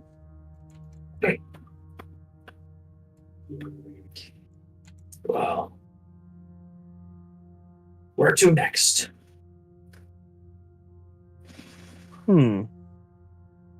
If we're going to use the card idea, we need disguises.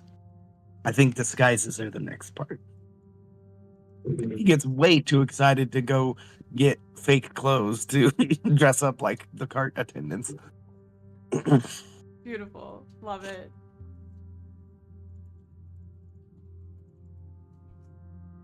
Alrighty. So, you guys are going off into the bustle of the city to procure disguises. And I will say that is relatively easy enough. I'm assuming that, Tustin, you're kind of pulling on some of your contacts there. And I will say that you just kind of bustle into the theater for a little bit. And within about 20 minutes, you're walking back out.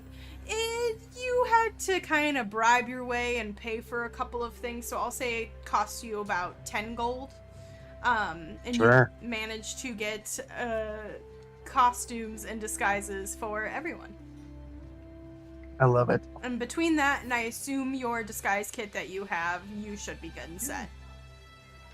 Hell yeah. Yep, good to go. I'll get us all looking like ripe, juicy targets to be bandited. And then we'll pull the bamboozle on them. They won't know what happened.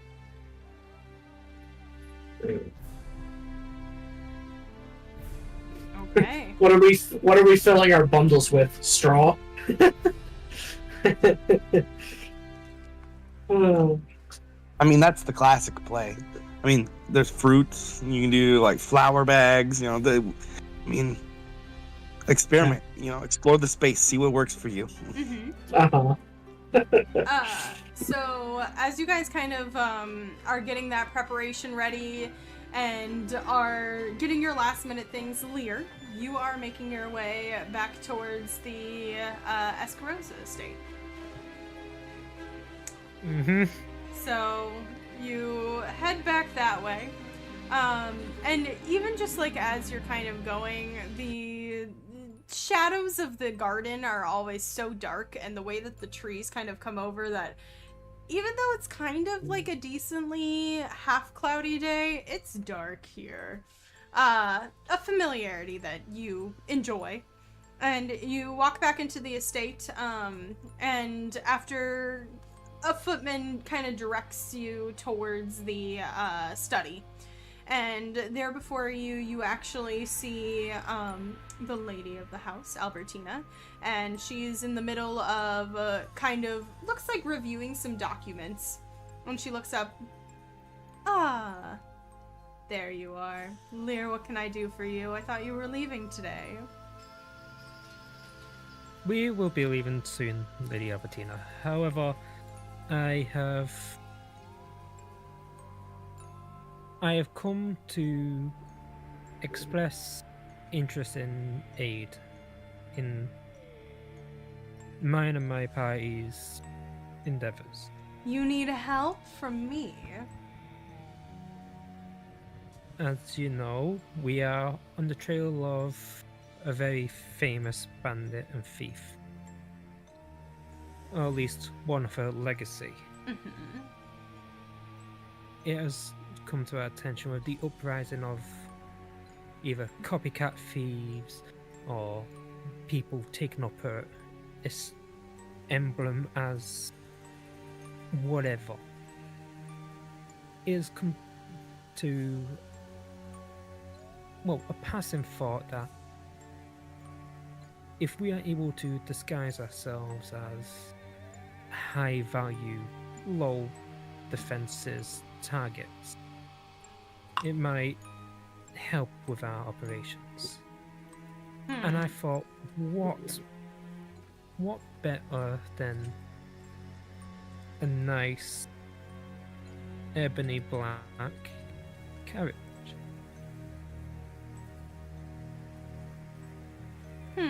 Make a persuasion check.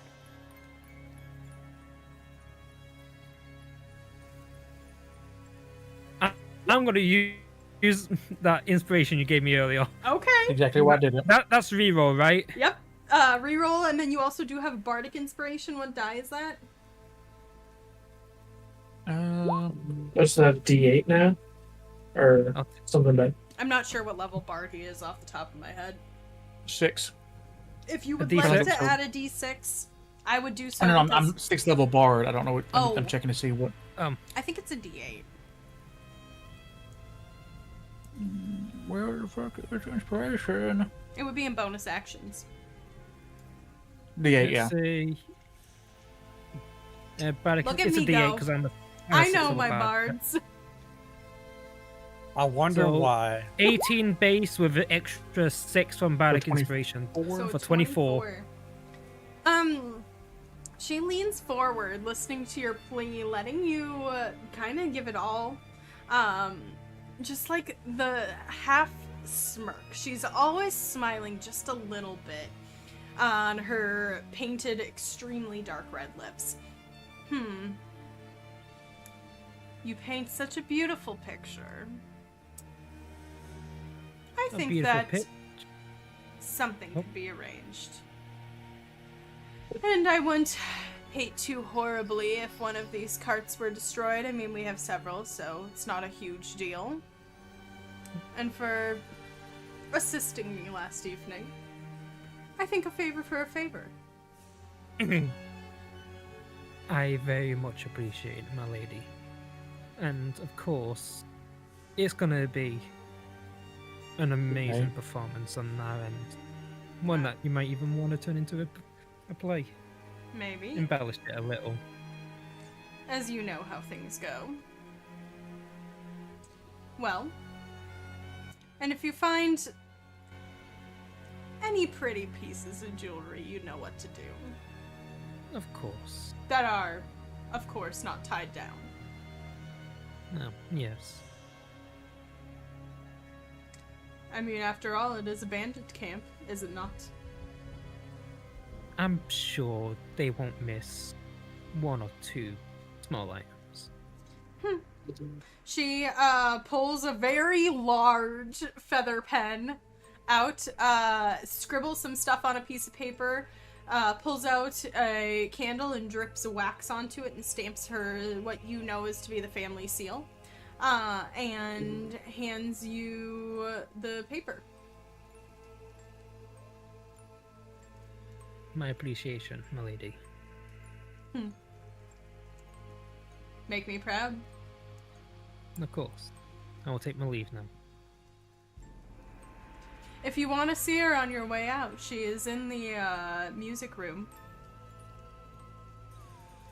Lear stops just at the doorframe and I appreciate it, my lady. And he'll head to the music room. Okay.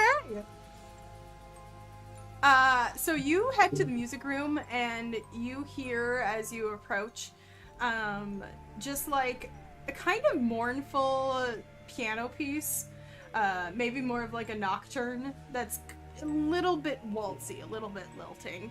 And walk in to see this extremely dark room kind of painted in these ornate, dark greens and blacks, and the whole ceiling is just covered in these frescoes of what appear to be a jungle scene. Floor to ceiling windows with huge dark velvet drapes that are mostly drawn And sitting at the grand piano, and several other instruments are around the room, but sitting at the grand piano, you see Lilith, who is in kind of a more casual but still elaborate dark black dress with a very frilly kind of sheer robe over it. I'm gonna stay quiet, not to disturb her performance, but I'll admire it. Okay. Are you intending to stealth so that she doesn't see Yes. you? Okay. So I'll roll that real quick. My boy rolled 2. That's okay. She rolled a natural 4. So she is lost in the music, and after a couple of moments, the song kind of finishes up, and her eyes were closed throughout most of it. She was really just kind of feeling the energy and the emotion. And just kind of like finishes and kind of takes a moment to like look up, and you actually watch like a singular tear drip down her face. I'll slowly walk over and wipe it. A masterful performance, as always. I thought you left. We'll be leaving soon. I just have to talk to your mother about something.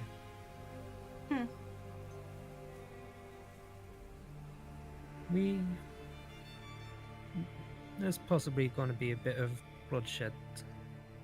Hopefully not mine. Hopefully.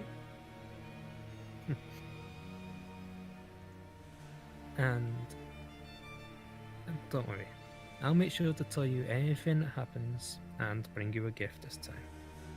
As you should. As I should always.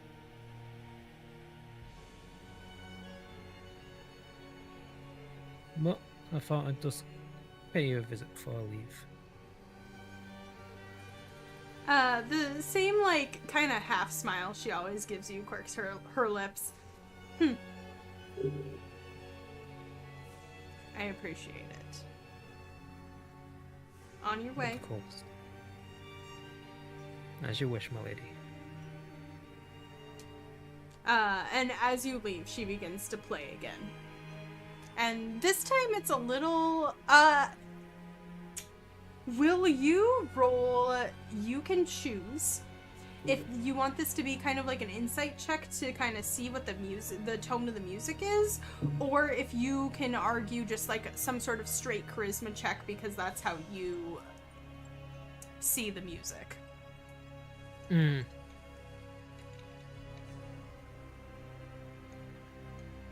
Okay, a question for you before I do anything.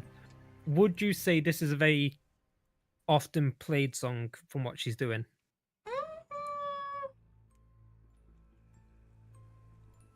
Or is it something new? She knows a lot of pieces. Roll a d100. Let's luck check this to see if this is a piece you've heard from her before. 73. Okay, so this is a piece that you've heard from her before, and one that she's played quite a few times. Okay, if she's played it a few times, I want to argue that during my like retraining of being someone of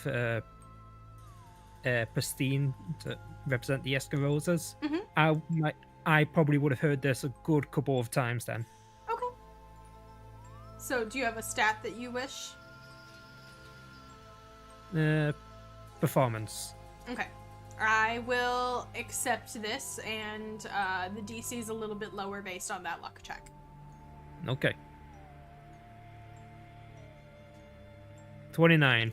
Okay, so you not only know this piece, but you know how she plays it. And it's supposed to be a very melancholy, like, almost funeral dirge. And she's not playing it like that. It is a little sappy, a little hopeful, and a little more happy than you've ever heard from her.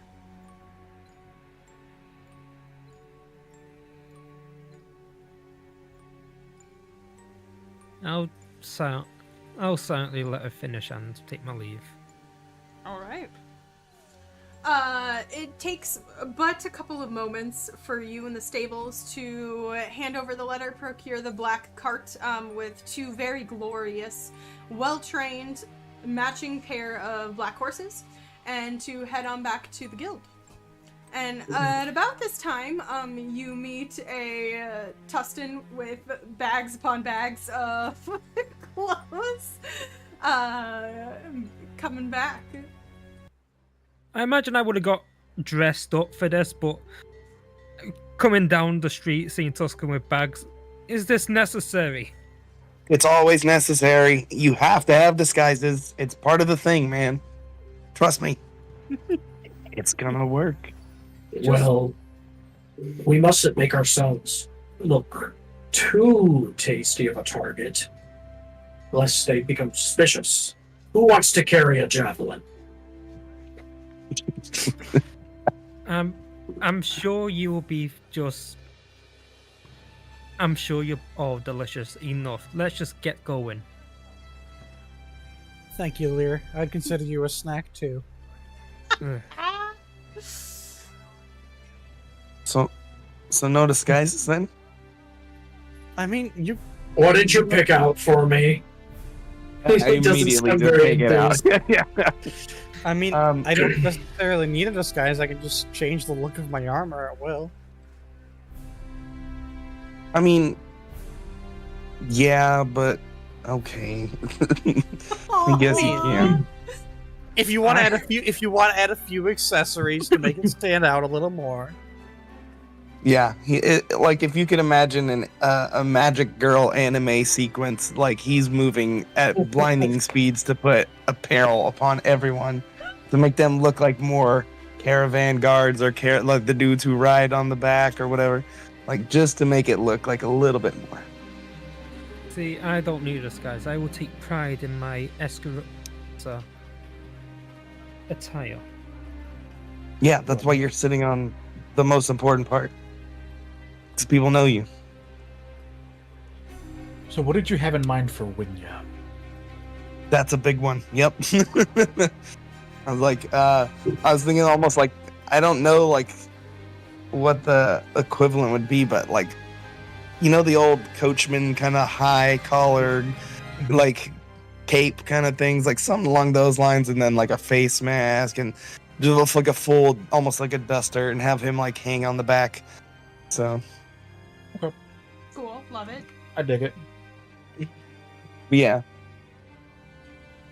Just kind of church it up a bit, makes it nice.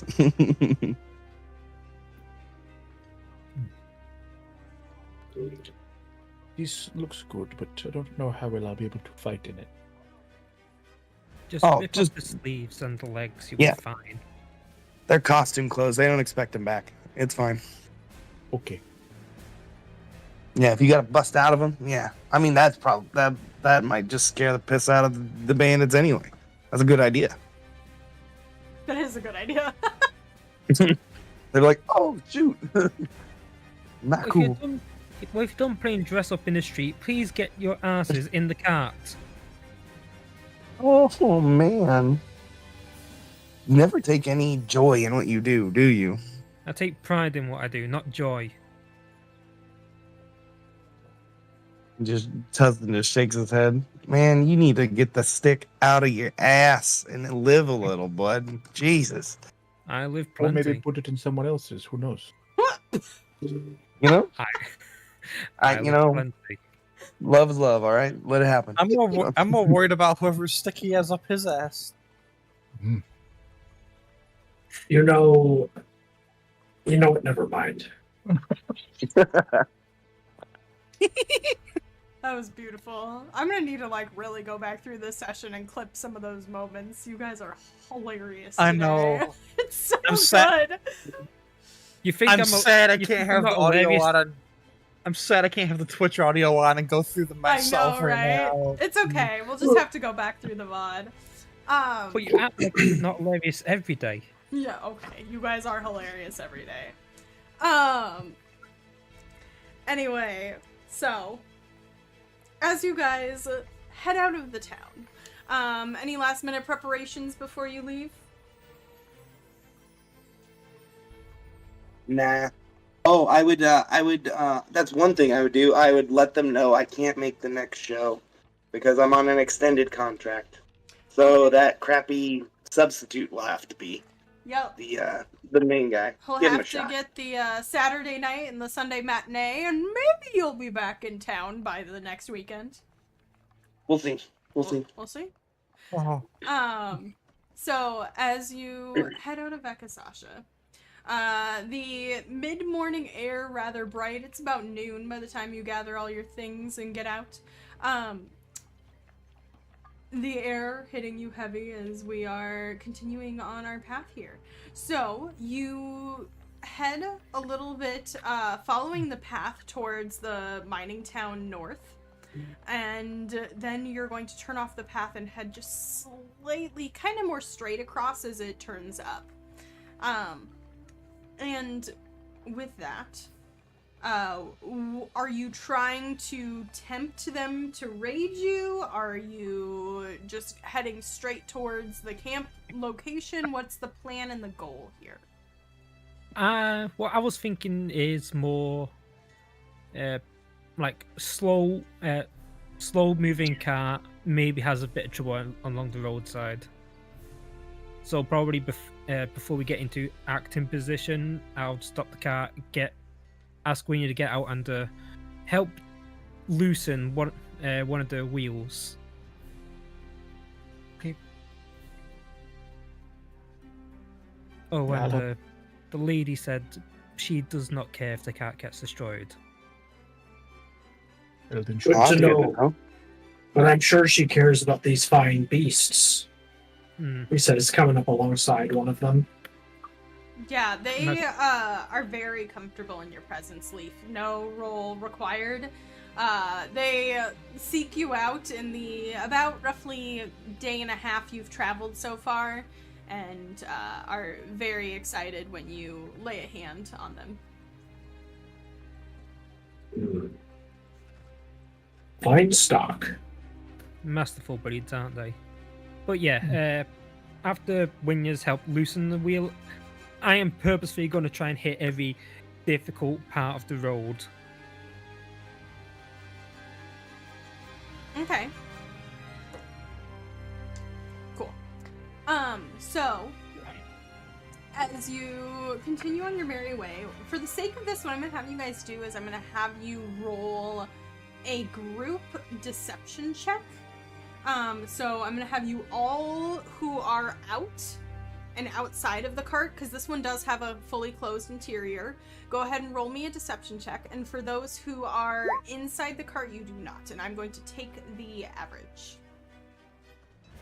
I'm the one driving, so I need to. 27. I can say, as much as he likes to walk, now that we've gotten so close, it'd probably be better for him to be inside. fuck, I'd probably be outside knowing me. He doesn't look like much of a merchant, wealthy caravaner. Dirty 20, baby. Nice. Okay. So you're staying inside. That's an 11, a 27, a 14, and a 20. Okay, cool. And then with that, since you're driving the carriage, Lear, I'm gonna have you roll me just a general D100 luck check.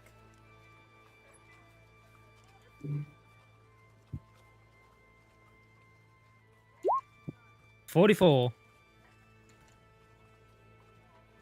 Okay. So, with that, as you were continuing on down this road, and then you turn off, and it's less of a road and a little bit more of a trail that you're kind of following. You're like, maybe this leads the right way. Like, it's a good place to kind of bring the carriage. But it's not necessarily like a full-on road. And you continue for a couple of hours, hitting every single bump that you possibly can. And it takes a little bit longer than you expect, but eventually the wheel does indeed pop off. What are you doing? Showtime. I'll pull the horses back and smack on the side of the car. Sir, we have seemed to be in a spot of trouble. We'll probably be delayed for a short time. I'll get the men to try and fix it. Yes, good. Yeah, continue. Yeah, hurry up and all that. He puts on his best, like, noble voice that he can. Beautiful. Right away, sir. And I'll be giving quote unquote orders to like Winya and anyone else that's outside the car. Perlin. Yeah, Perlin. Perfect. So you give them orders. You kind of are bossing them around, telling them how to fix the wheel. And after a couple of minutes, after a couple of minutes, you just hear a slow clap. And you look up and you see, kind of perched on one of the kind of hills above you, you got a really good spot where, like, an ambush spot. You see a woman, kind of like a little bit in the shadows, a little bit of a thing, like a handkerchief tied across her face in a green color. Her brown hair is braided back. And she just slow claps, and she's sitting on the edge, her feet dangling. You see a bow across her back. Beautiful. Beautiful performance. Absolutely fantastic. But you see here, your problem is that no one comes along this path because they don't know it exists.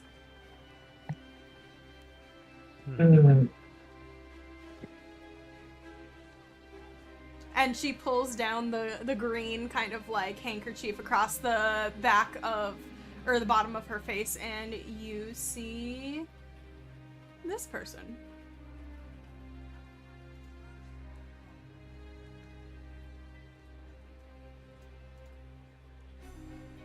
She makes me think of an actress, but I can't think of who it is. I don't know either. But so what? You saying we just staged this whole tragedy? Say that one more time. You're just what? Do you think we staged this? I mean, not gonna lie. My scouts saw you about an hour ago pull over and unscrew your wheel. So yes, I am saying that. Well, that makes things a lot more complicated.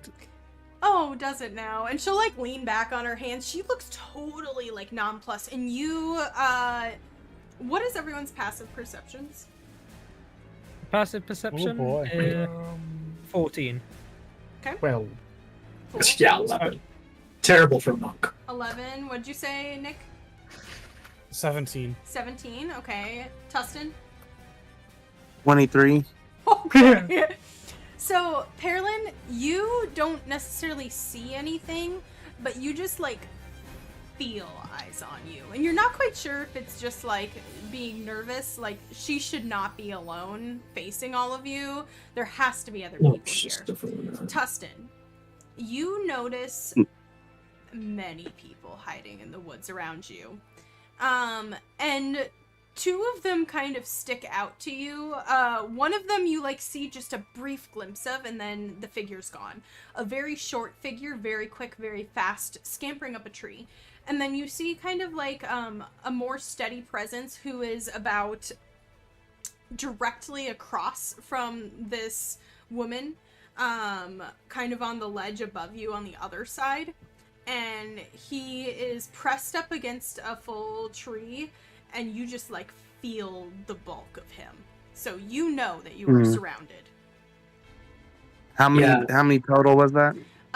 So there's two other figures who seem to contain some presence, and then based on, you don't get an exact number, but based on kind of like your passive senses, you would guess at least another like 10-ish, if not more. Since we've So- been discovered, Mhm. I would like to have Leaf slowly exiting the carriage. Yeah, you can be exiting the carriage. What were you saying, Tustin? I was gonna say, if he's gonna slowly come out one side, I'll slowly come out the other as well. And I'll be like, man, we went through all this trouble to get this fancy cart and, get these sweet disguises and all this stuff. And all the while, like, his rapier just kind of comes out. Like, he slowly just pulls it and he draws into the dirt both of the symbols that he knew on the thing from the thieves' camp. And he's like, all of that just so we might chase down a lead about a famous bandit. Are we even close? Because, the three of you seem like you might do something. And then the rest of them are just unnecessary graves that are going to have to get filled if we have to take this to blows. Nice. But She. yeah, I'll be using. Oh, go ahead. I want to be, as he's saying all this, I want to be using my telepathic feat, Okay. so I can now read her mind. Okay. Does that work 'Cause, like I get to use detect thoughts. Okay, so as Tustin is doing this, and you kind of tap in, surface level thoughts that you get are kind of like her body language is very chill and very calm. Her brain, however, is noting everything that is happening. She knows exactly, you get the quick eye flash and like mental note of where the two kind of agents are, as well as she is taking you all in stride. And then as soon as Tustin begins to draw those symbols, there's kind of like a recognition and a little bit of an appreciation. And her mind feels a lot younger, and she is also appears to be half elven. So, which is not quite the description you got. Are you willing to risk the chance and try further?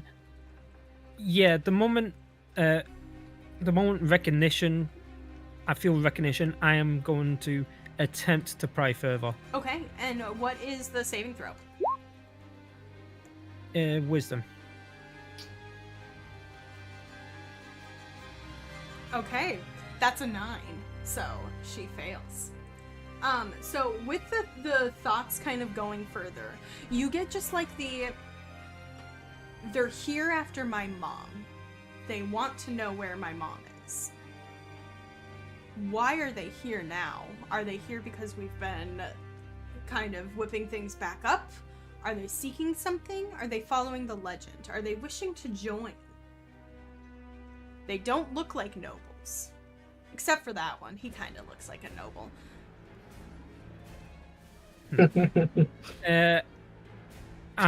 I'll use the other part of my telepathic feat to connect to Tuscan and go, she's the daughter of the thief. We need to try everything that power to comprehend, attain her.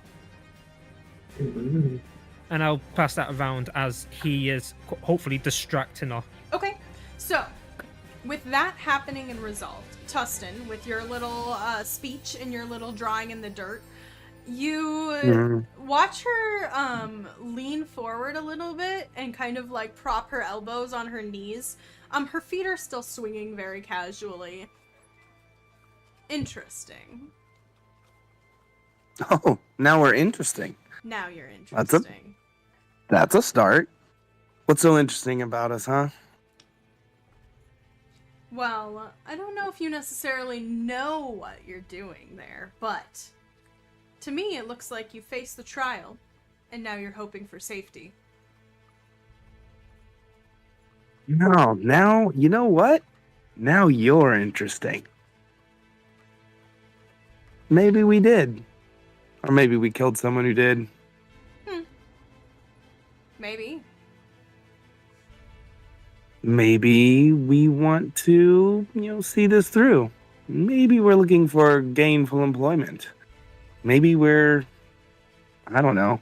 And maybe we're just fangirls. Who knows? You'll never know. Unless you take a chance. Why don't you come down off that tree and have a little chat with us?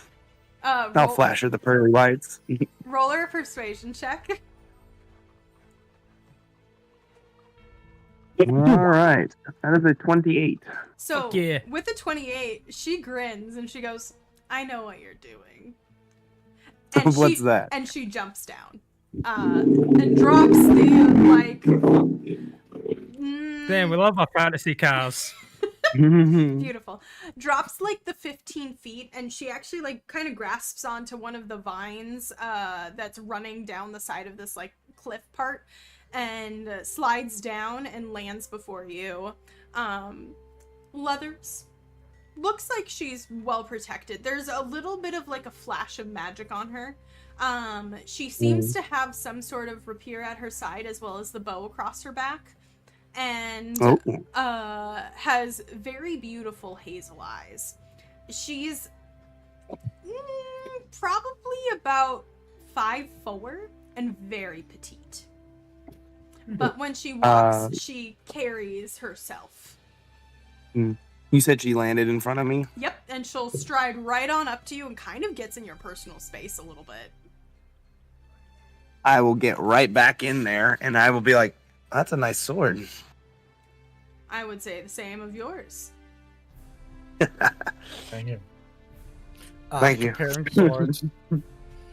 And you're like, so as we're like uncomfortably close, I'll be like, so what's the next move? What was the story? In the trial?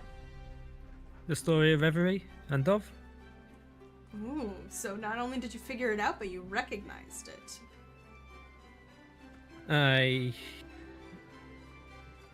Like our companion said, we might want to be interested in joining. I'm trying to escape the Escarosa family.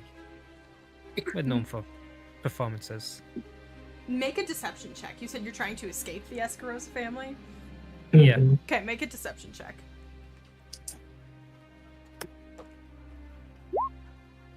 19. I will use Bless just to be sure that I do. Get a little extra oomph in there. Yeah. Okay. 23. That bonus. That's a real big extra Okay. oomph then. Well, my dice is going in dice jail because I've rolled horribly on it twice. And Awful. she looks at you. They are known for performances. They're also safe. What do you mean by safe? It means that I won't attack or rob from them. Which is part of why your carriage was safe. Ah.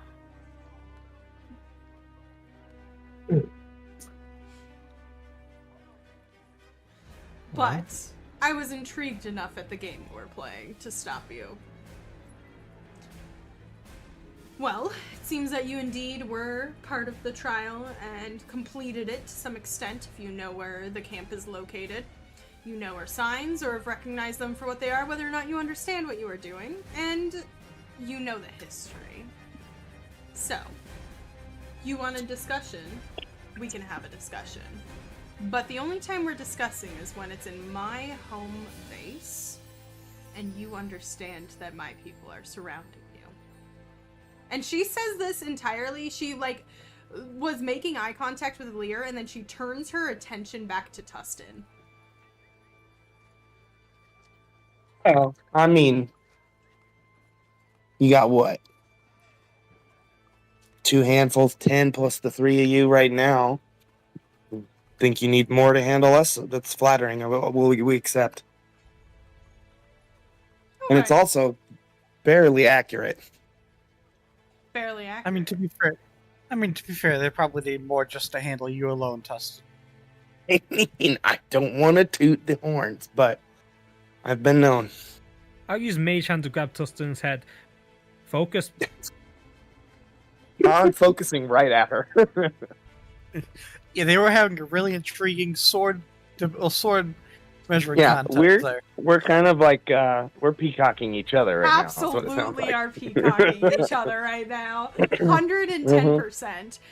she kind of tosses her hair behind her shoulder and winks at you directly, Tustin. Well then, Oh. follow. Leave the cart. It'll be fine here. I assume there's nothing Absolutely. of value in there anyway. No, please lead the way. All the value is right here, and I'm just looking at her. Give her the little God smarm. damn! John, I'm- stop The being so Riz. smooth. The I'm Riz gonna is real, connect- my son. That I'm was going to so- connect to him once again with telepath. Do you really have to do this to every woman that flutters her eyes at you? Yes. I he's- wish. Can I reply with that or no? Yeah, good question. Let me look that up. I don't think you can. Because, well, if he can read, we kind of know he has the ability to read thoughts and stuff. So Oh yeah, he could be reading. I guess he Uh, could be reading your thoughts. Display. Da, da, da. Mm, Cannot. The creature. It does not give the creature the ability to no. reply. Yeah. So you cannot reply. then I'll just give a smirk over my shoulder to you real quick and be like, "It's not always girls. It's just where we need to go." Ugh. Yes! He really is a bard. Got it. I love it. Mhm. And she actually snaps twice, and you watch as 3 bandits drop down from the trees and begin to start fixing your wheel. And she like motions for the rest of you, come, and begins striding off into the forest. And after a couple of moments, you see 2 figures. One kind of just creeps up behind you almost silently, but then as soon as he makes his presence known, it's like a step. And the ground behind the last person just shakes a little bit, and you turn and you see a half-orc, very gruff, kind of like a rounded face, who has a large sword strapped across his back. He's bigger than, I would say, almost all of you, including Wenya. And then after a couple of moments, you see something hopping through the trees, and then it disappears and reappears right next to the bandit leading you. And a small gnome, very excitable. She kind of appears out of nowhere in a little mist and is skipping alongside. And I think with the introduction of these 2 characters and you stepping into the bandit camp, that is where we are going to call the session.